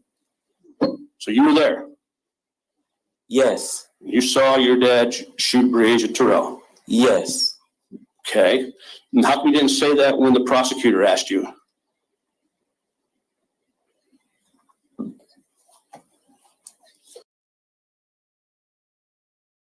Just pausing for a second because this right here is what I'm talking about whenever I said that if this was a jury trial, if this wasn't just a bench trial with just the judge talking, 100% I don't think this would have happened. He is berating an 11-year-old boy who has allegedly, according to him, watched his sister basically be shot and murdered whenever he was 8 years old. Watched his dad clean up a crime scene. Watched the interactions between the two of them leading up to this. Whether it's true or not, this is what this kid has in his mind. And 100,000%, I don't think this attorney would have acted like this if there was a jury in the room. He wouldn't have gotten anywhere with this type of defense with a jury. Now, the problem is the judge is ordered to only look at the evidence. He can't take any emotions into account in this. And so that's where, you say that to a jury, but then the jury still looks at emotions. You can't say that they don't. The judge has this responsibility now to sort through all of the emotions of everything that was presented and only look at the fact. Only look at the fact. And that's where I worry. And that's why we're rewatching this, because this testimony, DL's testimony, is, I would say, probably about 70 to 75% of the evidence, quote unquote, in this case. They don't have physical evidence. They have what DL is saying here, and they have the different pieces of evidence that they found, like the Clorox bottles and things like that, to try to corroborate his statements. And that's where the weight on this case is. And I hate that the prosecution put so much weight on this baby. They really did put way too much on him. So, and I just can't help but be appalled, though, with the way that this lawyer is. Yeah, you were wondering, where are the objections? It's horrible how he talks to DL this way, but then he also talks to mom this way too. Just no sympathy, no empathy at all for what they are going through, and just completely and totally merciless for the type of defense that he is trying to pursue in this case. It's horrible. Because it's not the truth, right?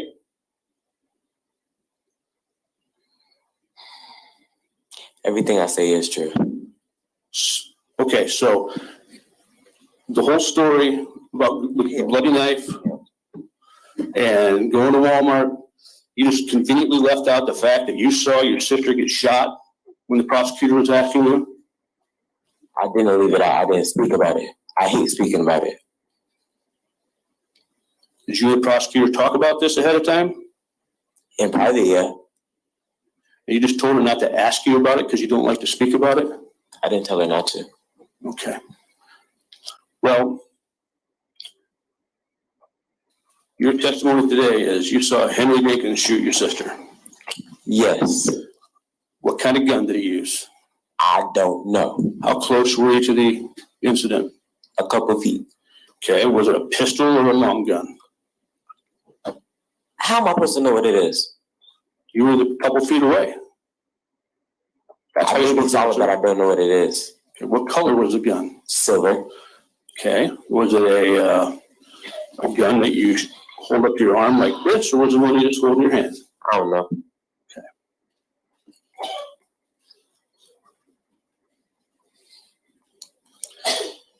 Isn't it true that you only come up with this story after you heard someone else talk about it? No. Okay.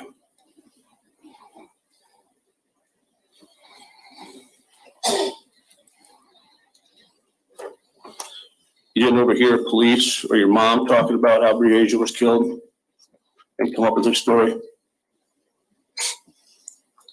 I'll talk about what I saw, not what they talking about. What I saw. Okay. Not them. Okay.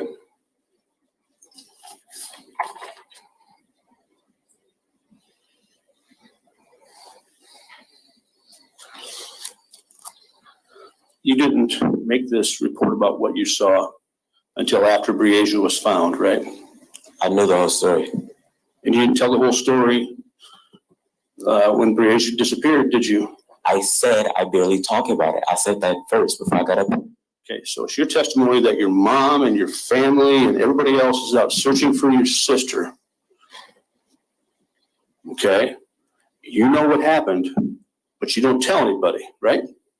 No. Okay, so your mom's out there literally scavenging every possible place to find the daughter that she loves. And you know that she's been shot, and you know where she is. And you let your mom go out and search that way? I told her where she was. You told your mom where she was? Yes. Right away? Not right away, but. someday after that.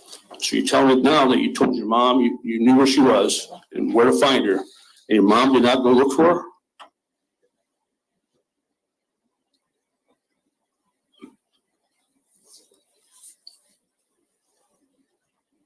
She did go look for her. And didn't find her? At that same place, she did. Oh. Well, we'll ask her.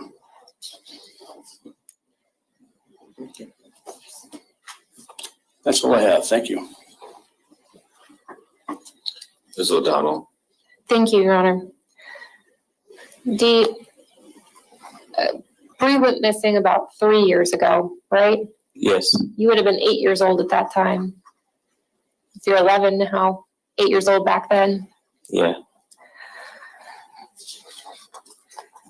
And you talked about going over to a guy's house and that Bree was with you when you went over to that guy's house. Is that right? Yes.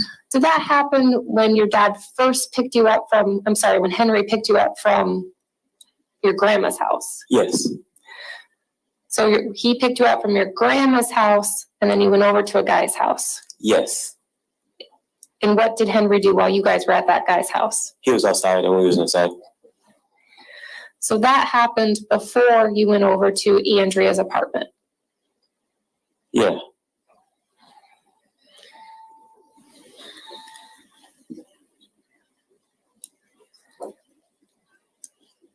And so then you went back to, or after you left that guy's house, is that when you went to Andrea's apartment? Yes. And what happened when you got there? We was playing games. And where were you when you played games? I was in the living room and she was in the bedroom. When you say she, who are you talking about? My sister. At some point then, did the two of you go to bed? Yes. And where did you fall asleep? In the bedroom. At some point, did you wake up in the middle of the night? Yes. Where was Bree? Not to be found.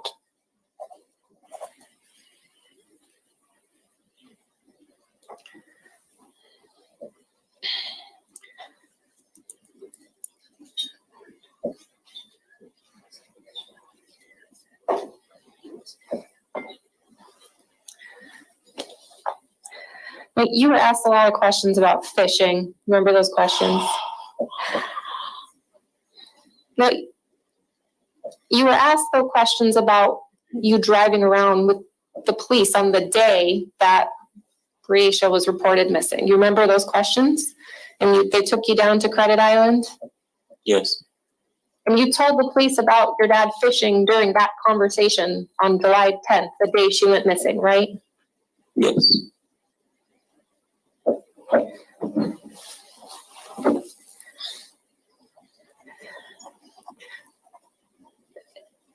Now you mentioned, or you asked some questions about some other guys that may have been fishing as well. Did you actually see any other people fishing? I barely can see them. Were they just so far away? Way far, yeah. How did you know they were fishing? They have fishing poles also.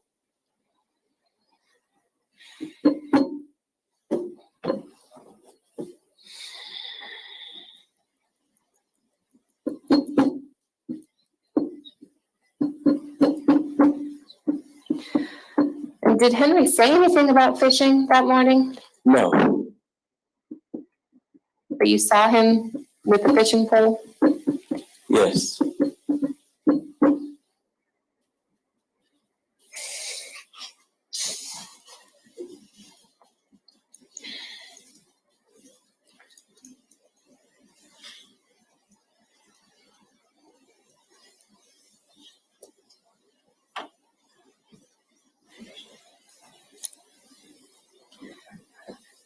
Dee, when was the last time that you saw Breasia?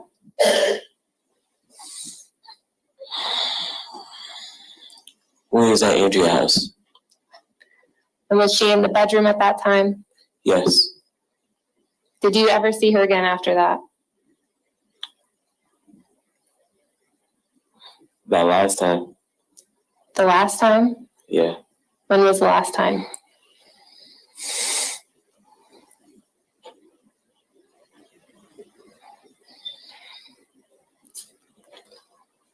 Where she got shot?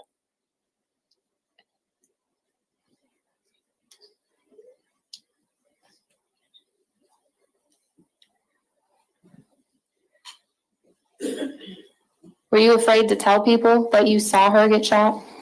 Yes, I was. Why? Because it's hard to talk about. Were you scared? No.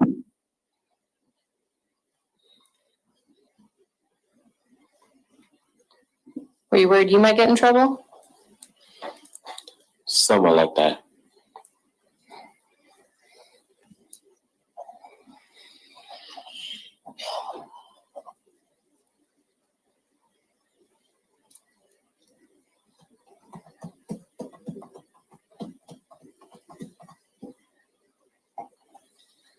I don't have any further questions. You may step down.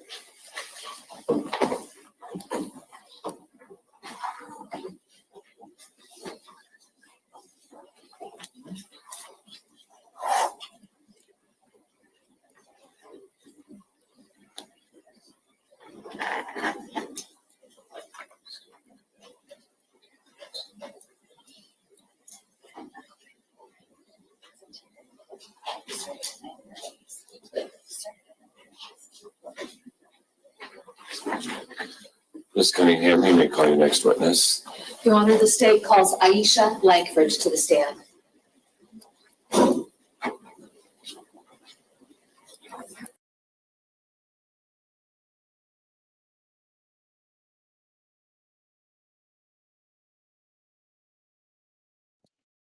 So that just kind of gives you guys a look back at the second part of the testimony, really what happened with him and the defense attorney is what I really wanted to look at. But this article came out on September the 5th. This one says Finding Justice for Breasia, a look back at the trial of Henry Dinkins. And let me play this video for you guys. It just shows you a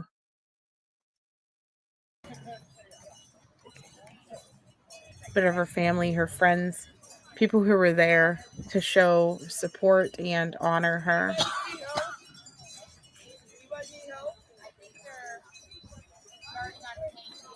This beautiful memorial that they have made for her.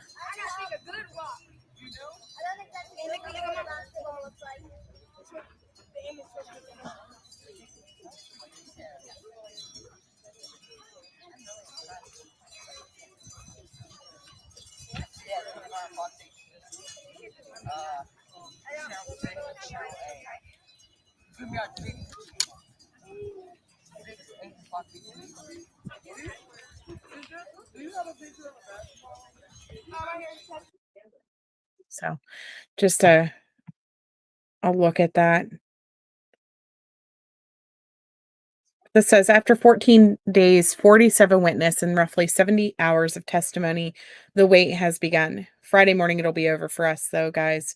We will find out Friday morning, finally, what happened, or what will happen. This is the trial of Henry Earl Dinkins for the 2020 abduction and murder of Breasia Terrell ended Tuesday.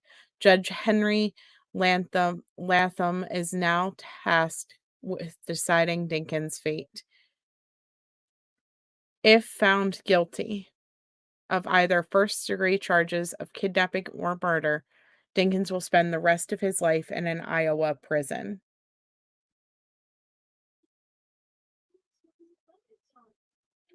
Saddest story ever. It says, after the 13th day of trial concluded, one of the people who watched the proceedings offered her observation. This is sad, the woman said. The saddest story ever. I'll never hear anything sadder in my life. It says, remembering the search. In the early morning of July 10th, 2020, someone took Breasia Terrell from apartment number 8 and the Jersey Ridge complex in Davenport.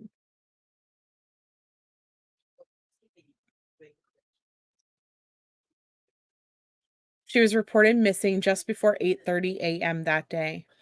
Over the course of days, weeks, and months, law enforcement officers from Davenport, Scott County, Clinton County, and Iowa Department of Criminal Investigation, the Iowa State Patrol, and even the Federal Bureau of Investigation searched for the 10-year-old girl.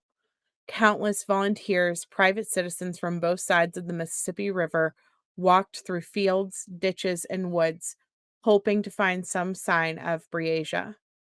From the day she disappeared, the Davenport Police Department considered Dinkins a person of interest in the case.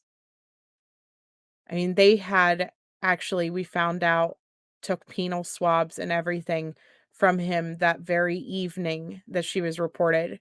However, he didn't go to the police department until I think it was around 10 p.m., I believe. And so he had had plenty of time to clean up himself and clean up things around him before he went in. 3 fishermen had found Breasia's remains on March 22nd of 2021 near a small tree-shrouded pond behind Kuna Implement, an isolated area roughly 2 miles north of DeWitt. Dinkins was charged with her murder in early May of 2021. Spencer was able to walk around free for almost a year after he did this to her. Aisha, Breasia's mother, and DL are the initials used to describe Breasia's younger brother. DL is the son of Dinkins and Aisha. The 2 children were spending the night with Dinkins when Breasia disappeared. Andrea, Dinkins' live-in girlfriend, they shared an apartment on the Jersey Ridge. And the prosecutors were Scott County Attorney Kelly Cunningham and Assistant Liz O'Donnell. They served as prosecutors for the state. Chad Freezy and Joel Waters represented Dinkins. With the help of FBI and the Davenport Police Department, they reconstructed some of Dinkins' movements on July 10th of 2020. From the records, investigators learned that Dinkins had his phone shut off for long periods of time during the morning of July 10th. The most important information gleaned from the phone records was a brief ping off of a cell tower in Clinton just after 7 a.m. on the morning of July 10th. The ping led investigators to the Walmart in Clinton, where video surveillance footage from outside the store shows that Dinkins emerging from a 2007 maroon Chevy Impala he was driving. Footage inside the store showed him buying 2 81-ounce bottles of bleach. Dinkins' phone was picked up in Clinton because the 8-year-old, which was DL, wanted to play a game. I'm not sure why, Cammie, I'm not sure why they weren't able to get her on any charges. I do know that it seems like, based off of testimony and things like that, she appears to be extremely scared of Henry. I don't know how much or what she knew about everything as it was happening and as things were playing out. But he is the only one currently charged in this case.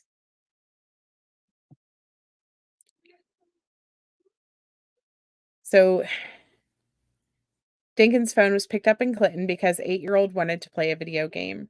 Surveillance footage from outside of the Walmart showed DL was a passenger in the Impala.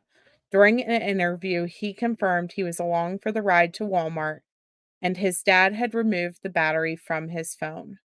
DL said when Dinkins entered the store, he placed the battery back in the phone so he could play a game. The boy said he quickly removed the battery when he saw Dinkins returning to the car. So it says, most crucial witness. Cunningham was forced to build a circumstantial case because no physical evidence tied Breasia to Dinkins to the car he drove on July 10th of 2020, a 2007 maroon Chevy Impala. There was no physical evidence that firmly tied Dinkins to the place where Breasia's remains were recovered, or Breasia to the recreational vehicle where the prosecution claims Dinkins took Breasia to sexually assault her. The state had just one witness, Jared Brink, who placed Dinkins on a dirt road behind where she was found. It was a place close to where her remains were found. The problem was Brink died in June of a heart attack. So just shortly before this trial was set to begin, their key witness that places him at the scene passed away. So after the judge ruled that Brink's deposition testimony could be used, the court employed a stand-in to play Brink and recreated the deposition in the courtroom for the record.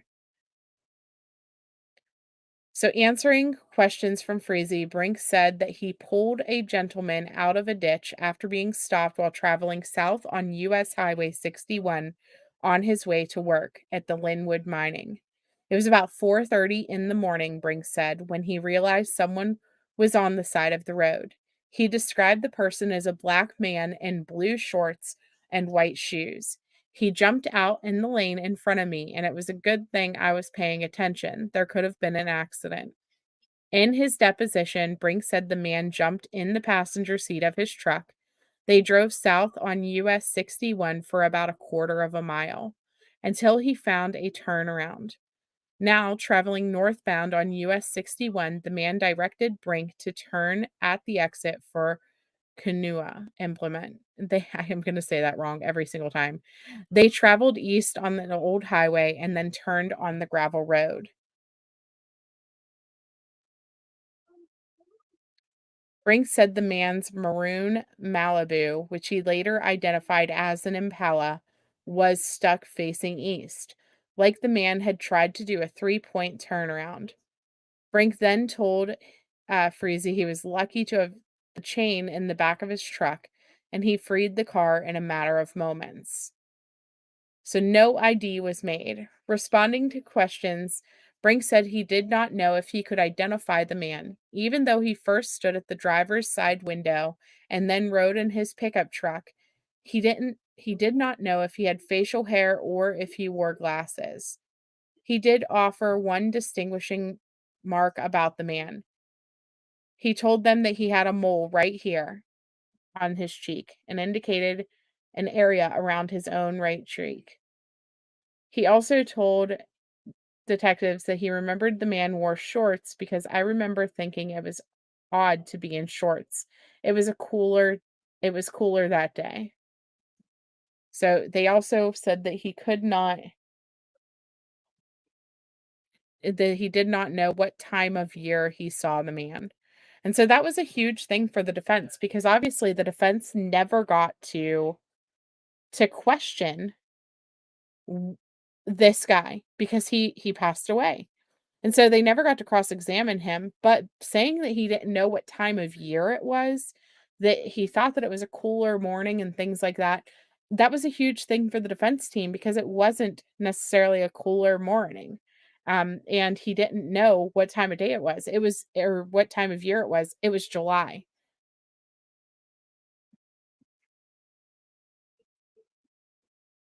So Brink said the man was very appreciative. More than once he offered me $100. Now this ties together with DL's testimony because DL mentions the $100 while he is on the stand.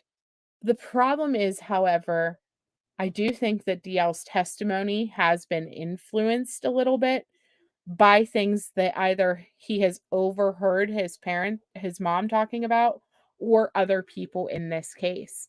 You know, he is 11 and very much so capable of using Google and different things to even look up details on his own.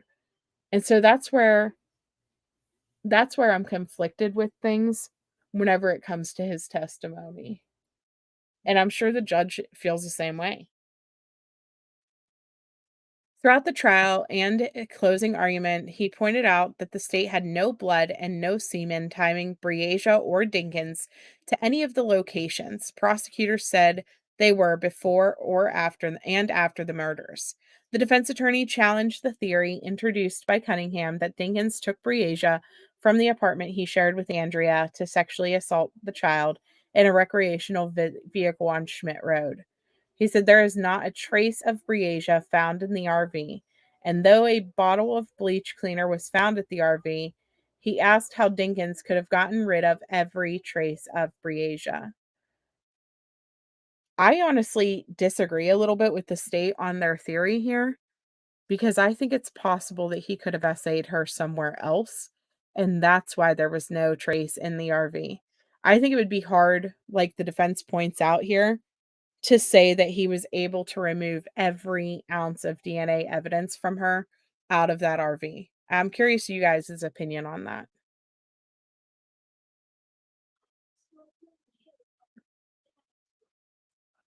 You were telling me that there was a spot on Credit Island where we searched and we smelled bleach. Really?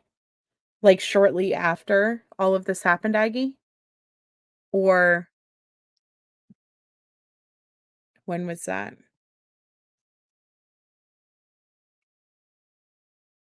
Yeah, the prosecution rebutted and shut down the defense. It was awesome.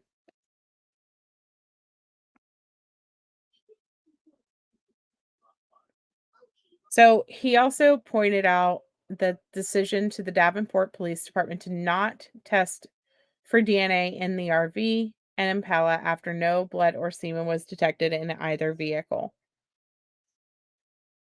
So the defense attorney also hammered to the fact that no one could put Breasia in the Impala that Dinkins drove that night, either before or after the girl was seen outside of the car at 3:30 a.m. on July 10th. The state tried to build a case based on circumstantial evidence, but only presented conjecture, supposition, and assumption. The state has an opinion in this case, but that is not evidence. There is not one piece of evidence that shows Henry Dinkins touched this girl. We don't convict people on theories. So that was, a big part of the defense standpoint and where they are with this. And then, of course, now we've seen Henry's letter.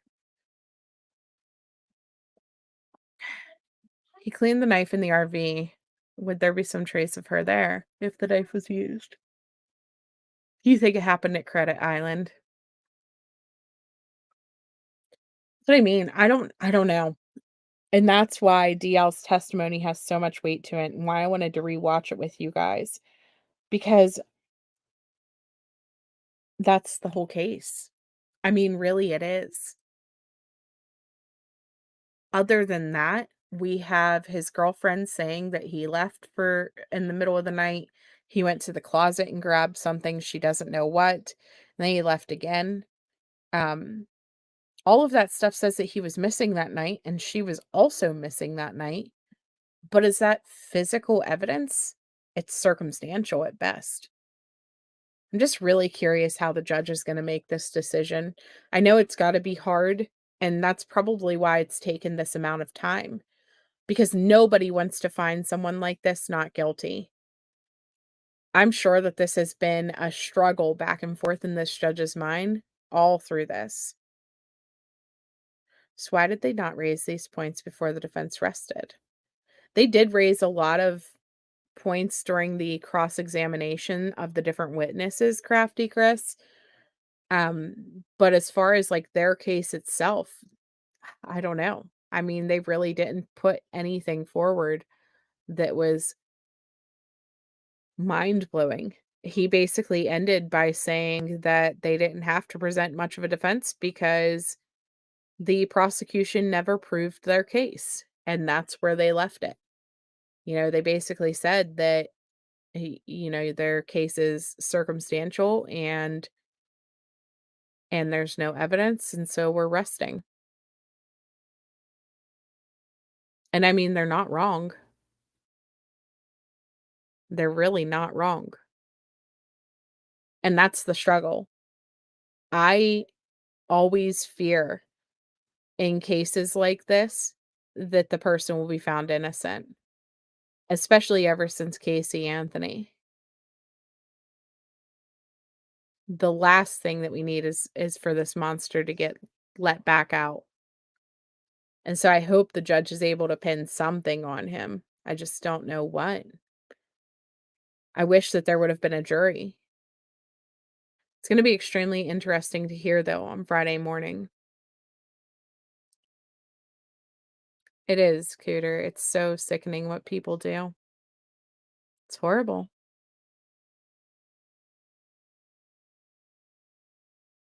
You take down the banner. I'm curious what you guys' thoughts are, though. Do you think that this is going to be a situation where do you think the judge is going to find him guilty? Let's start there. Yeah, if he gets off, you feel so bad for his son, you know that will scare him so bad. So put a 1 in the chat if you think that he is going to be found guilty. Put a 3 in the chat if you think he will be found not guilty.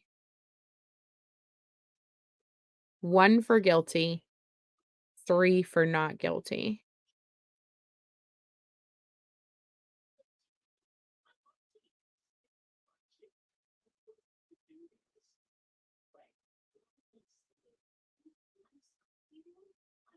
I think so too, Chris. Like, it'll be like jurors getting outside information.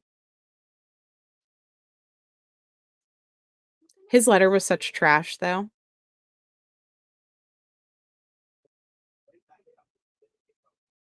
I mean, his letter's like, well, there was evidence that we didn't know about and things that weren't necessarily true and stuff like that. Put a 5 if you don't know. We're going with odd numbers today. Yeah, the pandemic messed up a lot of things. And 1 all day. So I don't have no 3s. Nobody thinks not guilty. Is that based on the evidence? Or is it based on your feelings? I mean, we know that this guy, in my opinion, we know he did this, right? We know that he did this, right? Odd numbers because we're an odd group. Welcome, Michelle. There is nothing in you that or in this world that could probably convince me that Henry did not do this. There's nothing that could convince me that Casey Anthony did not hurt her daughter. But the problem isn't what we know, though. It's what you can prove in court. And that's where I worry. I'm probably at a 2. I don't know which way this judge is going to decide. And I'm somewhere in between. And a son got convicted on circumstantial evidence, and one of the victims survived. Wow. You're a 5. Yeah, I guess I should have probably did 2 for in between. You don't know. Hmm.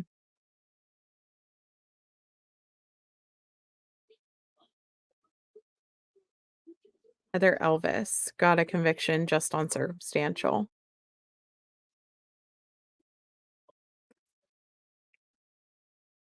3 because of no DNA. That's my worry.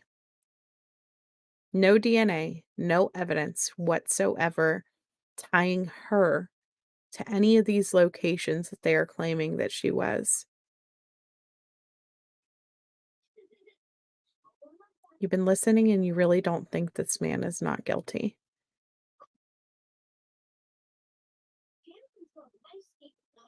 Yeah, I think I don't know. I hope you guys are all right. That's for dang sure. She deserves to have justice. It's been too many years. It's been too long. No child should have to wait 3 years for justice. 9 months almost to be found.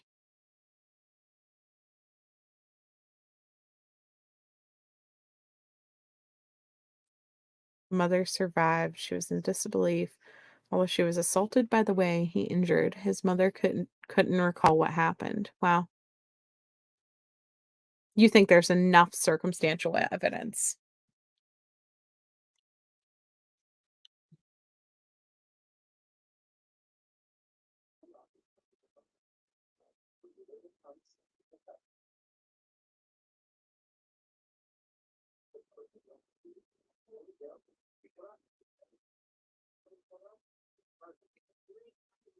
So it says to to get a conviction based solely on circumstantial evidence, the prosecution will need to produce multiple pieces of evidence, witness testimony, when considered together, are consistent and point conclusively to the defendant's guilt.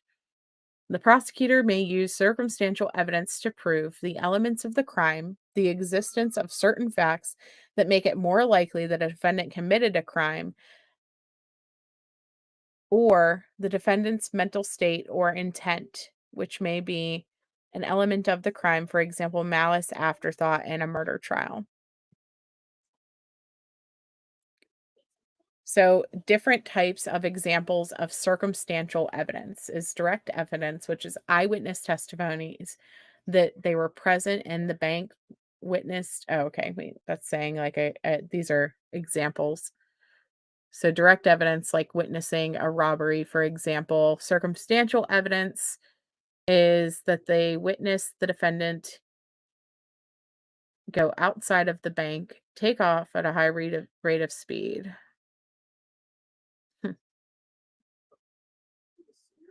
Yeah, I don't know. I don't know. I hope you guys are right though, and I hope that it is for sure A1. I think so too. He told on himself by the way he was acting. Henry is a psychopath.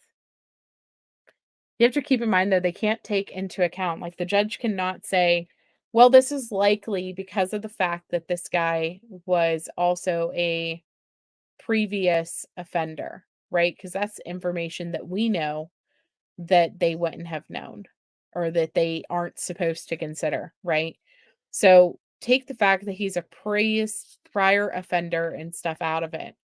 In my opinion, the very first night that she spends the night at his home, not thinking about him being an offender, he spends a substantial amount of time with her in comparison to his son, who he was supposed to be visiting with.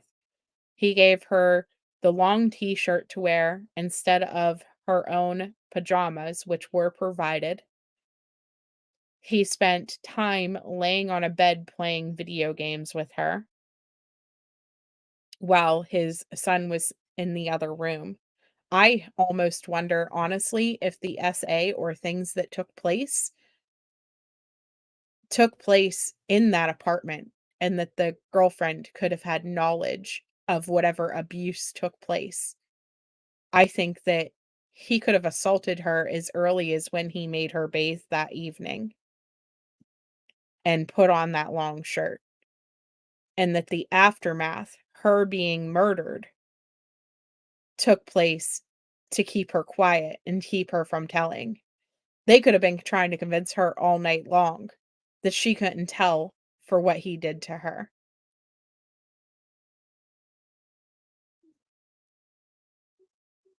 And that's why there was no evidence in that RV or other places, because I really think that the assault took place before she even ever left that apartment.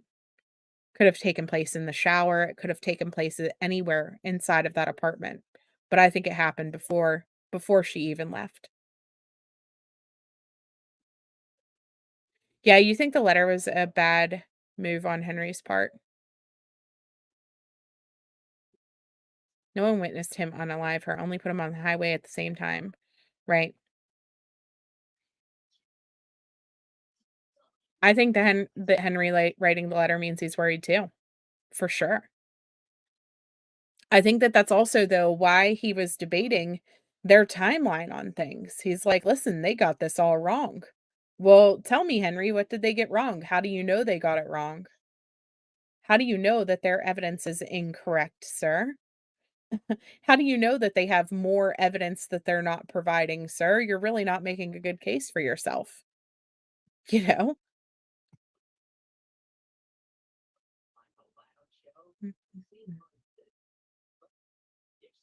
State didn't provide at least 50% of the exhibits until the day of trial, and there are still others the state haven't provided to us, the defendant. How do you know, Henry, that there are more exhibits and more evidence that the state did not provide at trial or to you as the defendants? How do you know that? What piece of evidence do you think they have? That's my question. What piece of evidence does he think is out there that he thinks they know about? Is it because in their closing arguments, they mentioned the essay? Because that was the first time we really heard it. They didn't allude to him sexually assaulting her until the closing arguments. Is that what got him? Do you think they have some type of evidence of you sexually assaulting this child?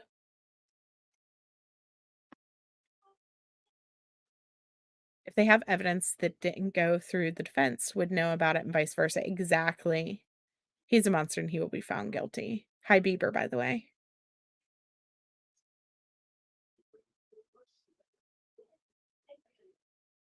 The wrong way to say they don't have enough. Maybe. I can show the deception and how they tried to sabotage a lot in this case, where they moved exhibits to fit their story and trial. I have plenty more to show you and the public. Those exhibits was also given to us during trial, not before. But then he also talks about, where is it? He basically threatens them that if they don't go with him, then, they could be put in jail. I don't know. I don't know. It's a lot to think about. And I hope that Friday we'll have our answers and we'll have justice for Briasia because she certainly does not deserve to have this creep be back out there and to not get her justice. So I will see you guys Friday morning for this case. And yeah, he was basically telling the judge that his attorney didn't do a good enough job. The judge is going to tell him he should have got with his attorney when he had the opportunity. The judge will see through this. I think so too. Michelle, this is my second year. My 2-year birthday was just 2 days ago, actually. Welcome to the channel, though, hun. So, justice for Briasia, though. I love you guys, and I'm going to go ahead and jump off here before I have to go to work. So, I love you, and I will talk to you all later. See you Friday morning for the verdict. Bye.